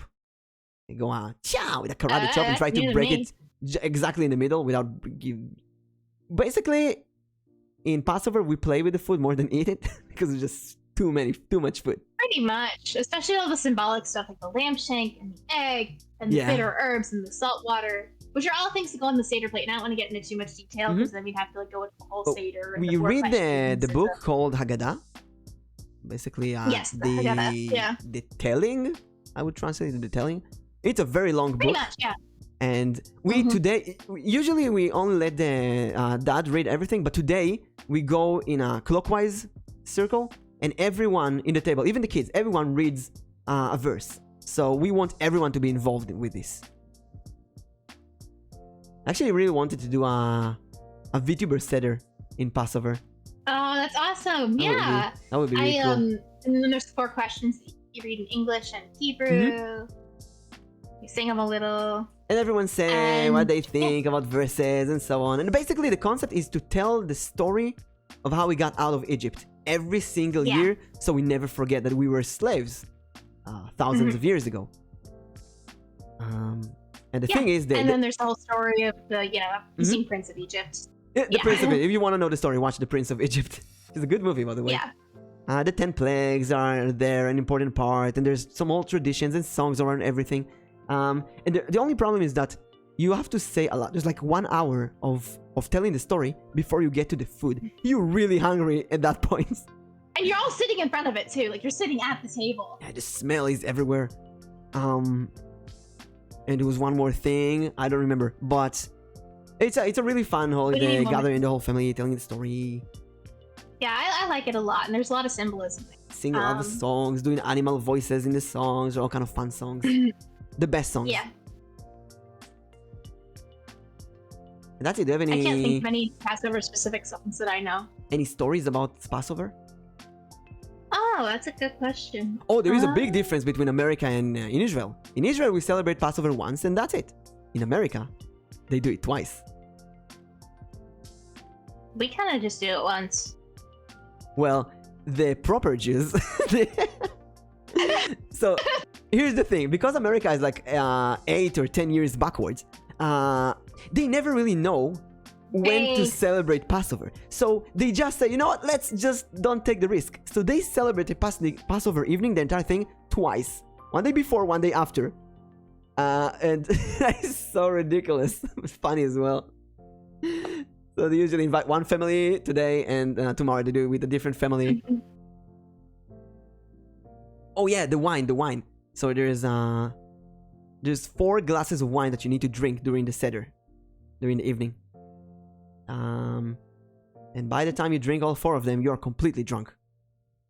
As long as it's not Menashevitz, I hate that stuff. Oh my god. Listen, the wine in Israel... Sweet. The wine in Israel is really good. The Menashevitz, the wine in sweetened wine in America is so disgusting. It's so bad. Sugary. My god. But the bagels are good. It really sucks. Extra day for the diaspora, yes. In Israel, it's 7 days. For the diaspora, it's 8. One of my friends' family literally uses Manischewitz as a curse word. Is it what? Say it again? One of my friends, his family literally uses Manischewitz as a curse word. It's like that bad. Oh my god. So yeah, I would rank Passover as an S rank. Thankfully, because in the last years we do it at our home, and I can have a proper birthday. Also, we have many cousins who were born in Passover, so we have a big celebration. Oh, that's so nice. So it's you and your cousins. Yeah, and it's spring. It's fun time. Next, another relatively new holiday. The Pyromaniac holiday. If you thought lighting candles in Hanukkah was dangerous, Lag BaOmer. Lag BaOmer! Can I tell the kids about Lag BaOmer? I actually don't know anything about it. Oh, tell me what you know about Lag BaOmer. I don't know anything. I don't remember it. I'm sorry. So Lag BaOmer is many years ago. You talk. Many years ago, there was a guy, and he needed during the time of war, and he needed to communicate with other people in other towns. So they used big fires, basically, to communicate between the towns. So we celebrate that by lighting fires. Lag BaOmer. And this is I'm down for any arson holiday. The kids' favorite holiday, but the firefighters' most hated holiday. Every year, there are many alarms and like firefighters going all over the country. Like, do not light fires. Don't do it. Don't. And people protesting want to cancel this holiday. It's like the most. And they do it anyway. Yeah, well, they really trying their best. Like, they put stones around the fire, and there's always water and extinguishers next, and always an adult. But the kids love it. They collect since after Passover. Kids go out for like a month and collect wood from anything. Kids become termites. They go every single corner. You see them with shopping carts carrying a bunch of woods. They steal stuff from gardens. They steal sofas. They steal from construction sites. They steal from any really. That's an amazing. Kids become rats. They steal wood from everywhere they can, and then they pile it up in a huge big pile, and they burn it whole night. It's a night of celebration with marshmallows and potatoes and snuggling around the fire. And I gotta say, the coldness of the weather and the warmth of the fire is kind of fun. But it's a very dangerous holiday. A lot of people get hurt. Also, going back to Purim, there is a tradition in Purim. I said that they rattle when you hear Haman's name. They rattle and make noise. So many use that with fireworks. With small fireworks that are illegal. Called napatim. That's about right. Yeah, basically I'm down for that. All of these. Now, the thing is that every single year, kids get hurt. Seriously wounded. Get burns and so on. All of these are illegal, but they get it anyway. All kind of small stores get them. Yeah, I mean, people can be really stupid. Yeah, and you hear the explosion all over the place. So, yeah, it's a mess. And don't do that. Obviously, if it's illegal, don't do that without. Here, just look at that. And there's an article here about someone who got into a hospital, the explosion and so on. So yeah, in Lag BaOmer it returns. So it's a fun concept, a very dangerous holiday, probably the most dangerous one. Yeah, seriously. Also, a lot of forests get burned, unfortunately. So we have the forest holiday, and then we have Lag BaOmer. Yeah, so we just kind of like back and forth. Yeah, we plant the forest, we burn the forest, we plant the forest, we burn the forest, we plant the forest, we burn, plant the forest, we burn the forest, and then we die. It started because the start of the new lunar month would be calculated in Israel, so the diaspora wouldn't know which day to celebrate it on. Oh, they're celebrating twice. And potatoes. Sounds like Poland. There is a Snap Rocks one. Snap Rock ones? Oh yeah, the thing is.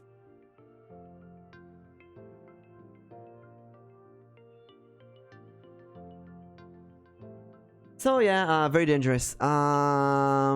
Usually when I was a kid I would put it as S. But now we put in I've used this before. Well, yeah. I'm gonna go like between B and A. Yeah, that's fair. I'm not too jazzed about it because I literally didn't know about it. But oh, you don't celebrate it in? Not really. You know, I would guess it's more of an Israeli holiday. I don't know if they celebrate that in the diaspora actually. Of course, also during that time, between Passover and this time, this is the time of said holidays. We have, well, not only said, we have the Yom Ha'atzmaut, what you call the Independence Day, Israeli Independence Day, and then we have Holocaust Day, which is obviously said. Then we have the Memorial Day, where we remember all the soldiers who died in. I thought we were going to talk about Yom HaShoah. Because Yom HaShoah, the Holocaust Day I don't want to, it's different. It's in a different day than the worldwide, the global Holocaust Day. It's in a different day. Yeah. So basically we celebrate it twice. It's our own day. It's just a sad day. We watch Holocaust movies and remember, these are more Israeli holidays than Jewish holidays. I'm really glad to get your perspective. It's so cool. I feel like I've learned so much. And also your perspective, because it's really different as well. Things that I took as a given are completely different in other countries. That's so cool. Yeah. A little paper you pack, throw on the ground, it makes a pop. Oh, yeah. Oh, these kind of things. Yeah. Like a small pepper. Yeah. Say fireworks. Yeah. They have many of those. But you know, the kids, they want the dangerous ones. Diaspora generally only celebrates liturgical holidays. Liturgical. Yes. So the last holiday, the last official one, is Shavuot. you know about Shavuot. You celebrate Shavuot. Actively. What? Do you want to tell us about Not it? actively, really. Do you know? You want to tell the class about Shavuot? I mean, yes, it's just like a feast for the bit. I don't know what else we really do. Yeah. This is one of these holidays that we don't really know what's happening in them. Yeah, I'm sorry. I'm a bad dude. No, it's not your fault. It's actually Shavuot is one of the three big, like Sukkot and Passover. But unlike these two, Now I look bad. there's nothing really special about it. It's like one big feast, and usually we eat dairy in the feast, so we make lasagnas and pizzas and pasta and all kind of stuff. So over the years, they kind of made up new tradition to make Shavuot interesting. And here's a really, really stupid tradition. They would sprinkle water on you. So you go on the streets, and kids would sprinkle water on you on Shavuot. Huh. I don't we know don't do that. why. I don't know how. When I was a kid, it didn't exist, and then over the years it did. So one day, some kids knocked on our door, and I opened the door, and I saw a whole class, my brother's class, with buckets of water, and they splashed the door immediately, like, happy holiday! And I had quick reflexes. I closed the door. Then I opened it, like, what the hell? And all of them, oh, is your brother home? Didn't you think of asking that before you splashed the water? They don't care. And they were so embarrassed. What if my grandma would open the door? I don't know. That was so. And grandma gets dunked. Such a stupid tradition.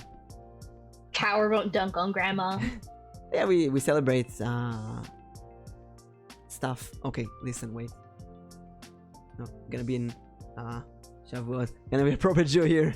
I'm gonna tell because I know stuff. I just don't remember right now. Where is Wikipedia in English? I don't want to translate everything. English. Feast of the Weeks. The Jewish holiday. We occur the sixth day really of April. That's the harvest. That's the harvest holiday. The wheat harvest in the land of Israel. So basically, that was the harvest time, and we celebrate that with the Bible and all kind of other stuff. Hey, Kaiser Kuhadu, welcome! Ooh, the drummer. I'm so excited, the desk drummer. So yeah, celebrating the harvest. But it's kind of mediocre. I would rank it like a C. Yeah, I don't care too much. Nothing special about it. Lastly, those are not real holidays. We have Shavuot and Tu B'Av. So Tu B'Av is basically Valentine. Yeah, it's like it's a day of love. We don't really celebrate it here. Yeah, a copy paste of Valentine. I would kind of put it like D because it's really a copy paste of Valentine. Nothing special about it. Also, I don't think it's I don't know. Wait, let me look it up. Tu B'Av. I think it's like only in recent years. Like celebration of white clothing. Oh, in Shavuot also we wear white clothing usually. Yeah. White clothing, then dancing. Oh, modern Israel. Yeah, it's a modern holiday. So holiday of love and so on. Basically Valentine. And lastly we have Shabbat, which is not really a holiday, but it's every week Saturday. Yeah. Basically Saturday. It's every single week. We welcome in day of rest. Hey girl, are you a Jewish holiday? Because I can't pronounce your name. What, Shabbat? Hey girl, you a Jewish holiday because I can't pronounce it. God, you're not the first person to flirt like this on this stream. You should have been here earlier. Yeah. Oh, also about the Holocaust. I don't want to do it right now, but during Holocaust Day, I think that it should be.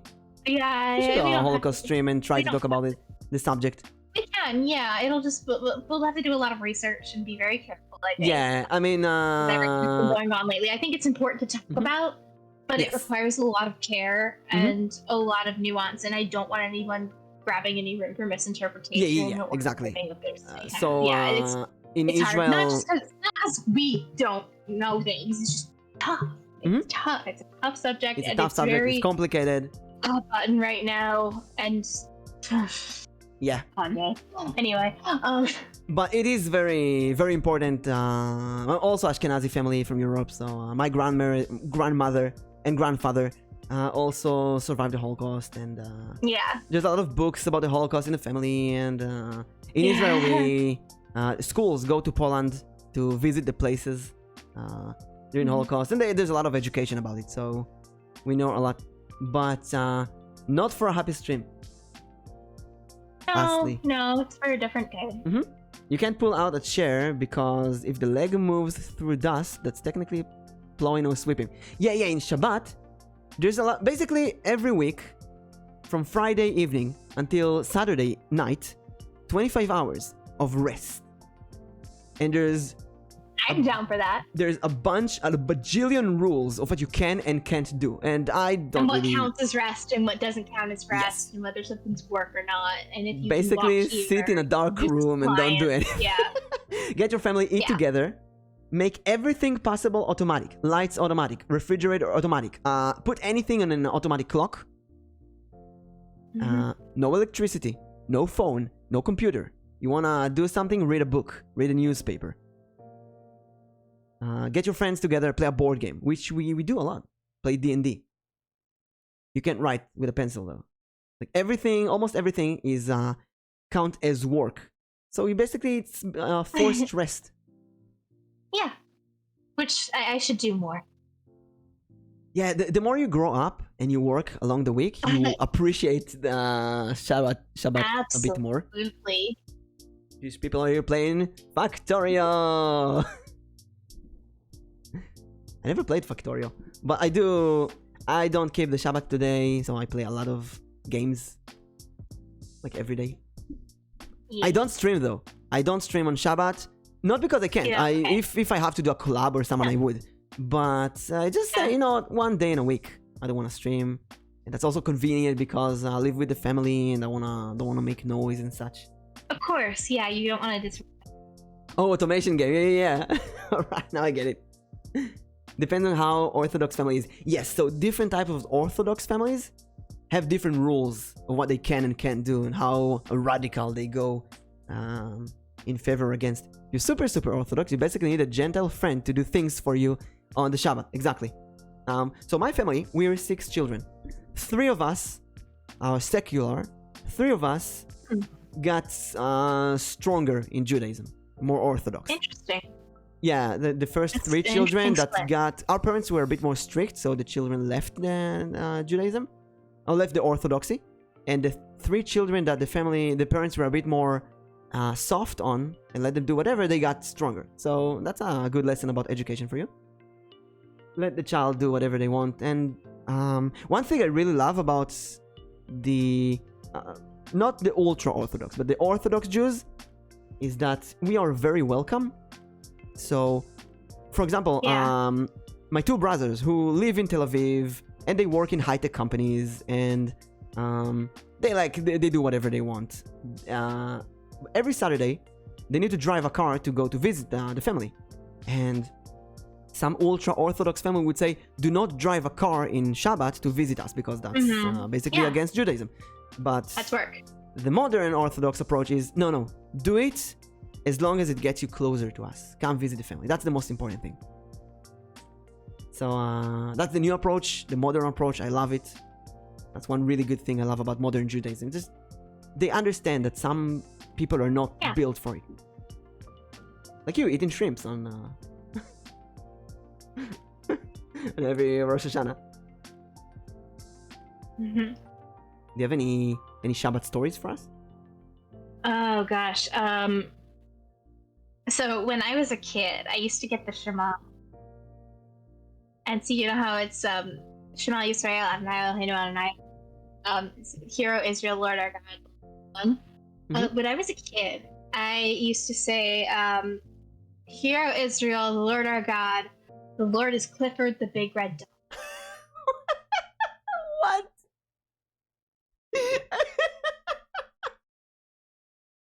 From the comics and everything. That is so cute. Oh my god. Your laugh is totally gone. I was like, I'm just sitting here like, okay, crickets. Oh yeah, I was laughing so much that it was cut off. Don't worry, my screen heard it.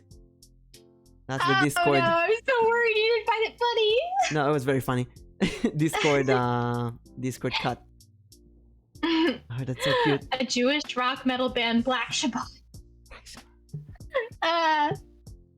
My voice is not cute. Oh gosh, compliments. Yeah, your voice is cute. The more one learns, this is all super interesting. As someone not of the faith, being Hispanic, but knowing a leader from a partner who was, oh, Dina's a sweet pea. I love it. I also love to learn about other holidays and so on. Obviously, because there's a lot of Christians and Muslims in Israel, I know a lot about their holidays as well. But there's so many other holidays, different cultures. Sometimes you just sit down and learn about them and learn about all the things that are related. That's so cool.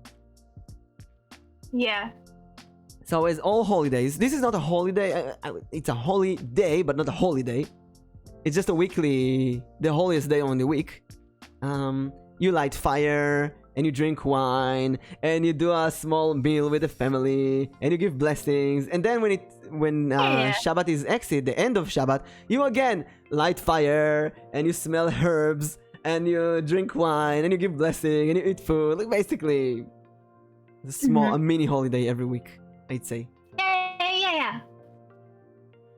Dina, get used to the compliments now. There will be a lot more once you debuted. In 4 hands, I can pat a lot. Yeah, you're gonna get a lot of dinosaur pets. Not cute, she says, hearing the shyness in her voice. She's so adorable. That was 86. I can carry the pocket dino.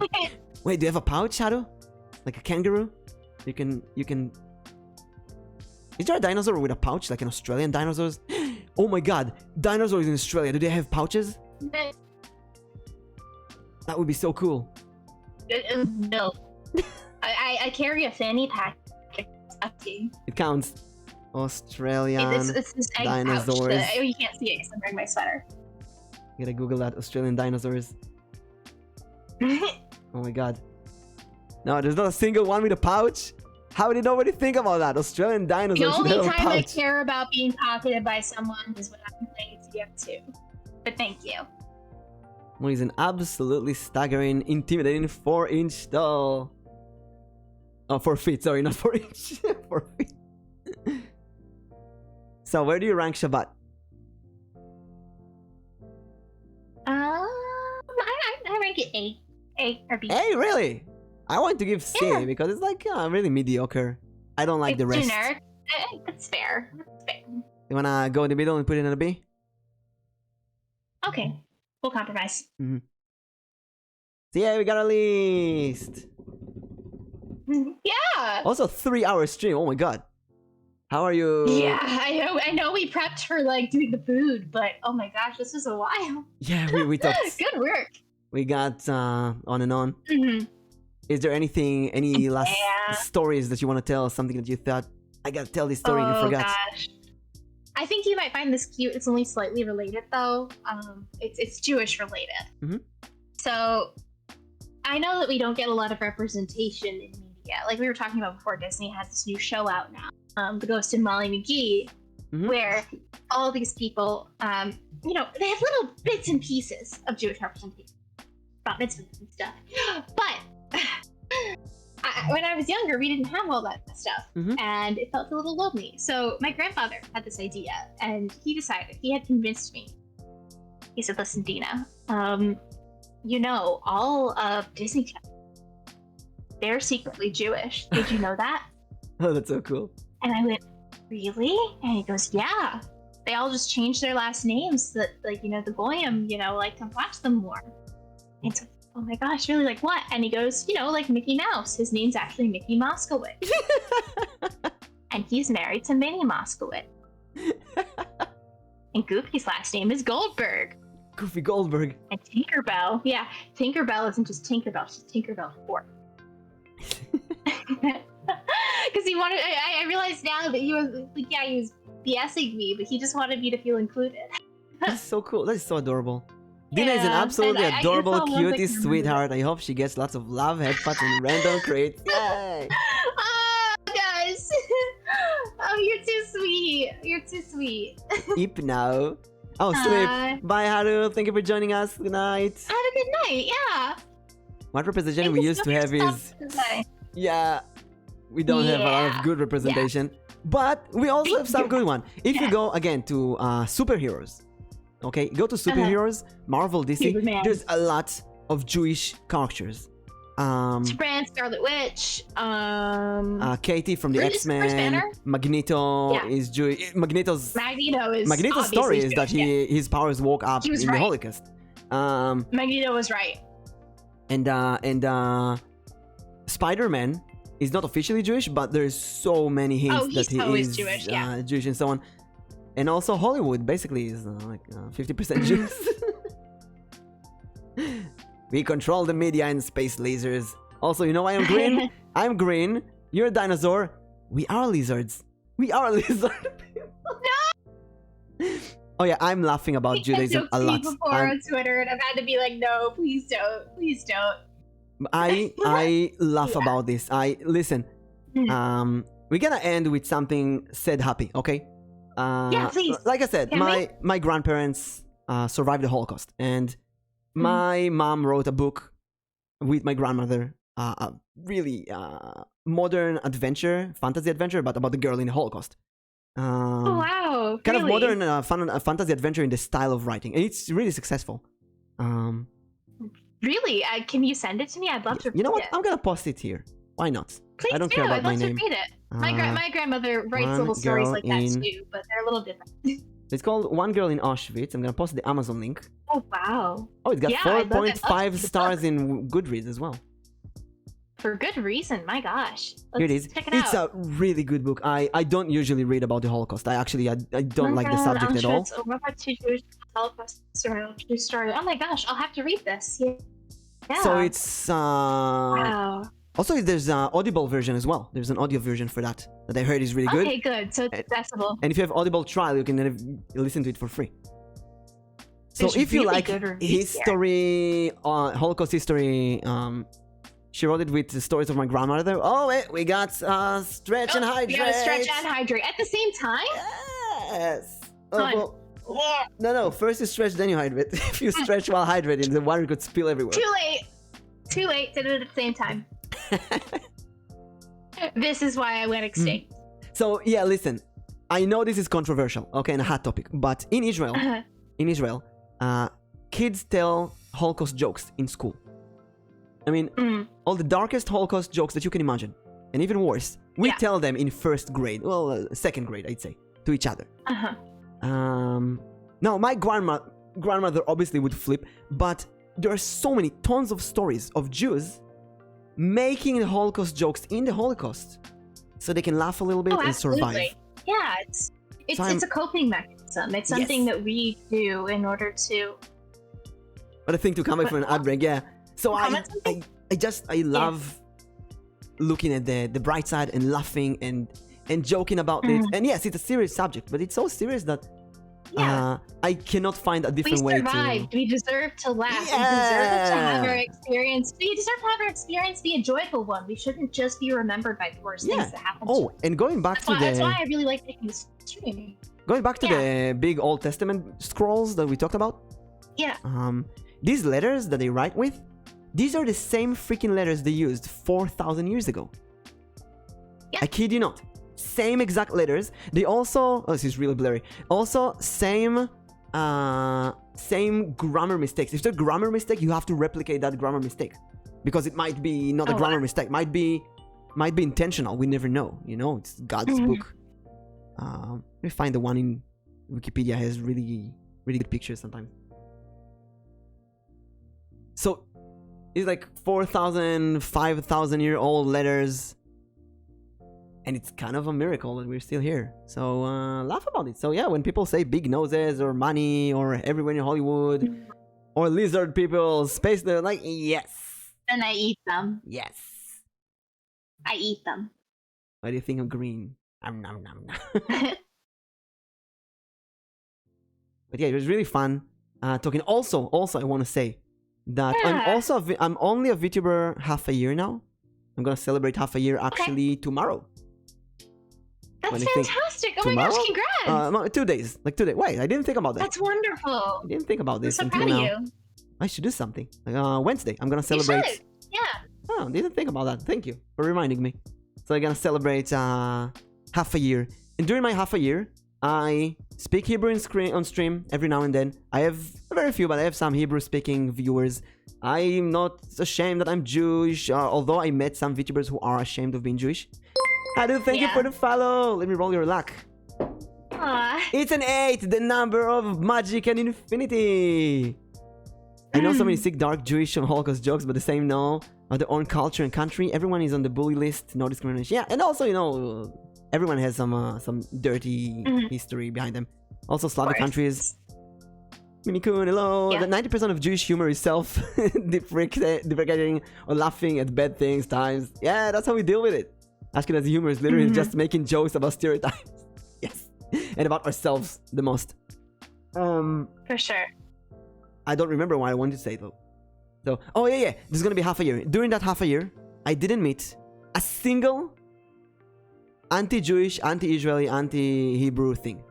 Not a single thing. Lucky. Not a single thing. And I really hope it stays like that. Lucky. I'm like waiting any day it's gonna happen. Any day there's gonna be a hatred. But you know what? I'm really rooting for hope, for a good thing. And as much as the media loves celebrating the dark side of humanity, the hate side, I see only love in my VTuber community. I thank God every day, and all the people around me that I see that every day. And that's it. That's amazing. Yeah. Thank you so much. I've really loved having your perspective of these insights here. I'm really glad we did this. Yeah, and thank you I'm for glad I found you through that yearbook thing. Yeah, and thank you for the collab and fun times.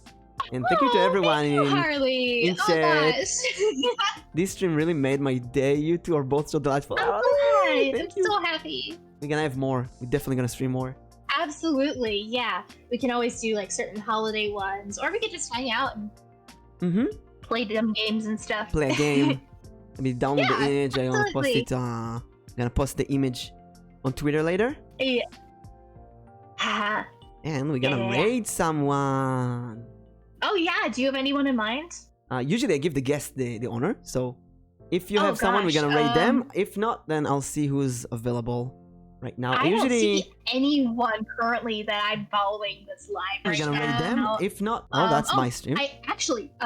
We could raid Alara. I'm gonna be on her thing soon. Oh, that's good. Give me the spoilers. Shh. No, nobody heard that. Give me the name on chat or on Discord. Okay, here you go.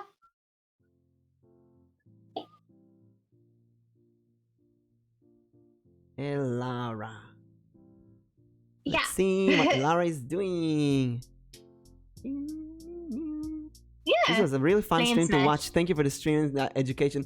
Thank you. I'm so glad you all liked it. I'm really glad. Spending time with us.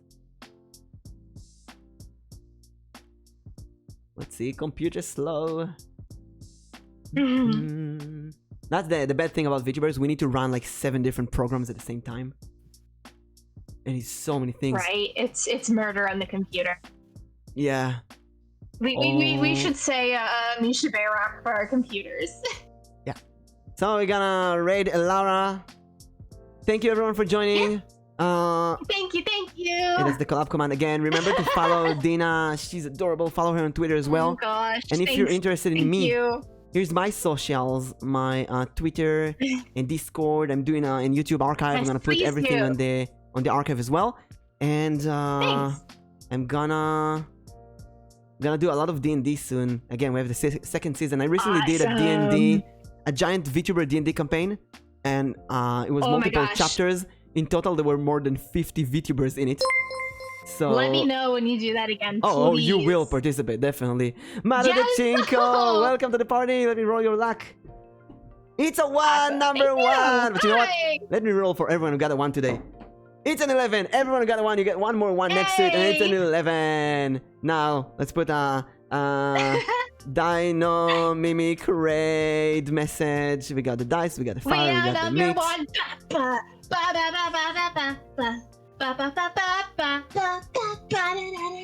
Number 1, here's the raid message, everyone. I'm gonna see you tomorrow, 5 p.m. my time. Check out Twitter. Tomorrow, I'm gonna stream Pentimex, a new game, Act 2. It's complete opposite of this. It's gonna be a Christian game. Oh, I'm murdering a sheriff in a detective story. Bye-bye. I'll see you later. Bye, everyone. Hugs and nugs. I'll be back. And it's an oil pun. I'll be back because I'm actually made of olive tree from the great Ben Shemen forest in Israel. That's my lore. This was super fun. Thank you so much. Yeah. Also, they can still hear us really on the credits. So if you want a last thing to say, 5 seconds, anything, say it. 5 seconds. I have the secret formula. Bye.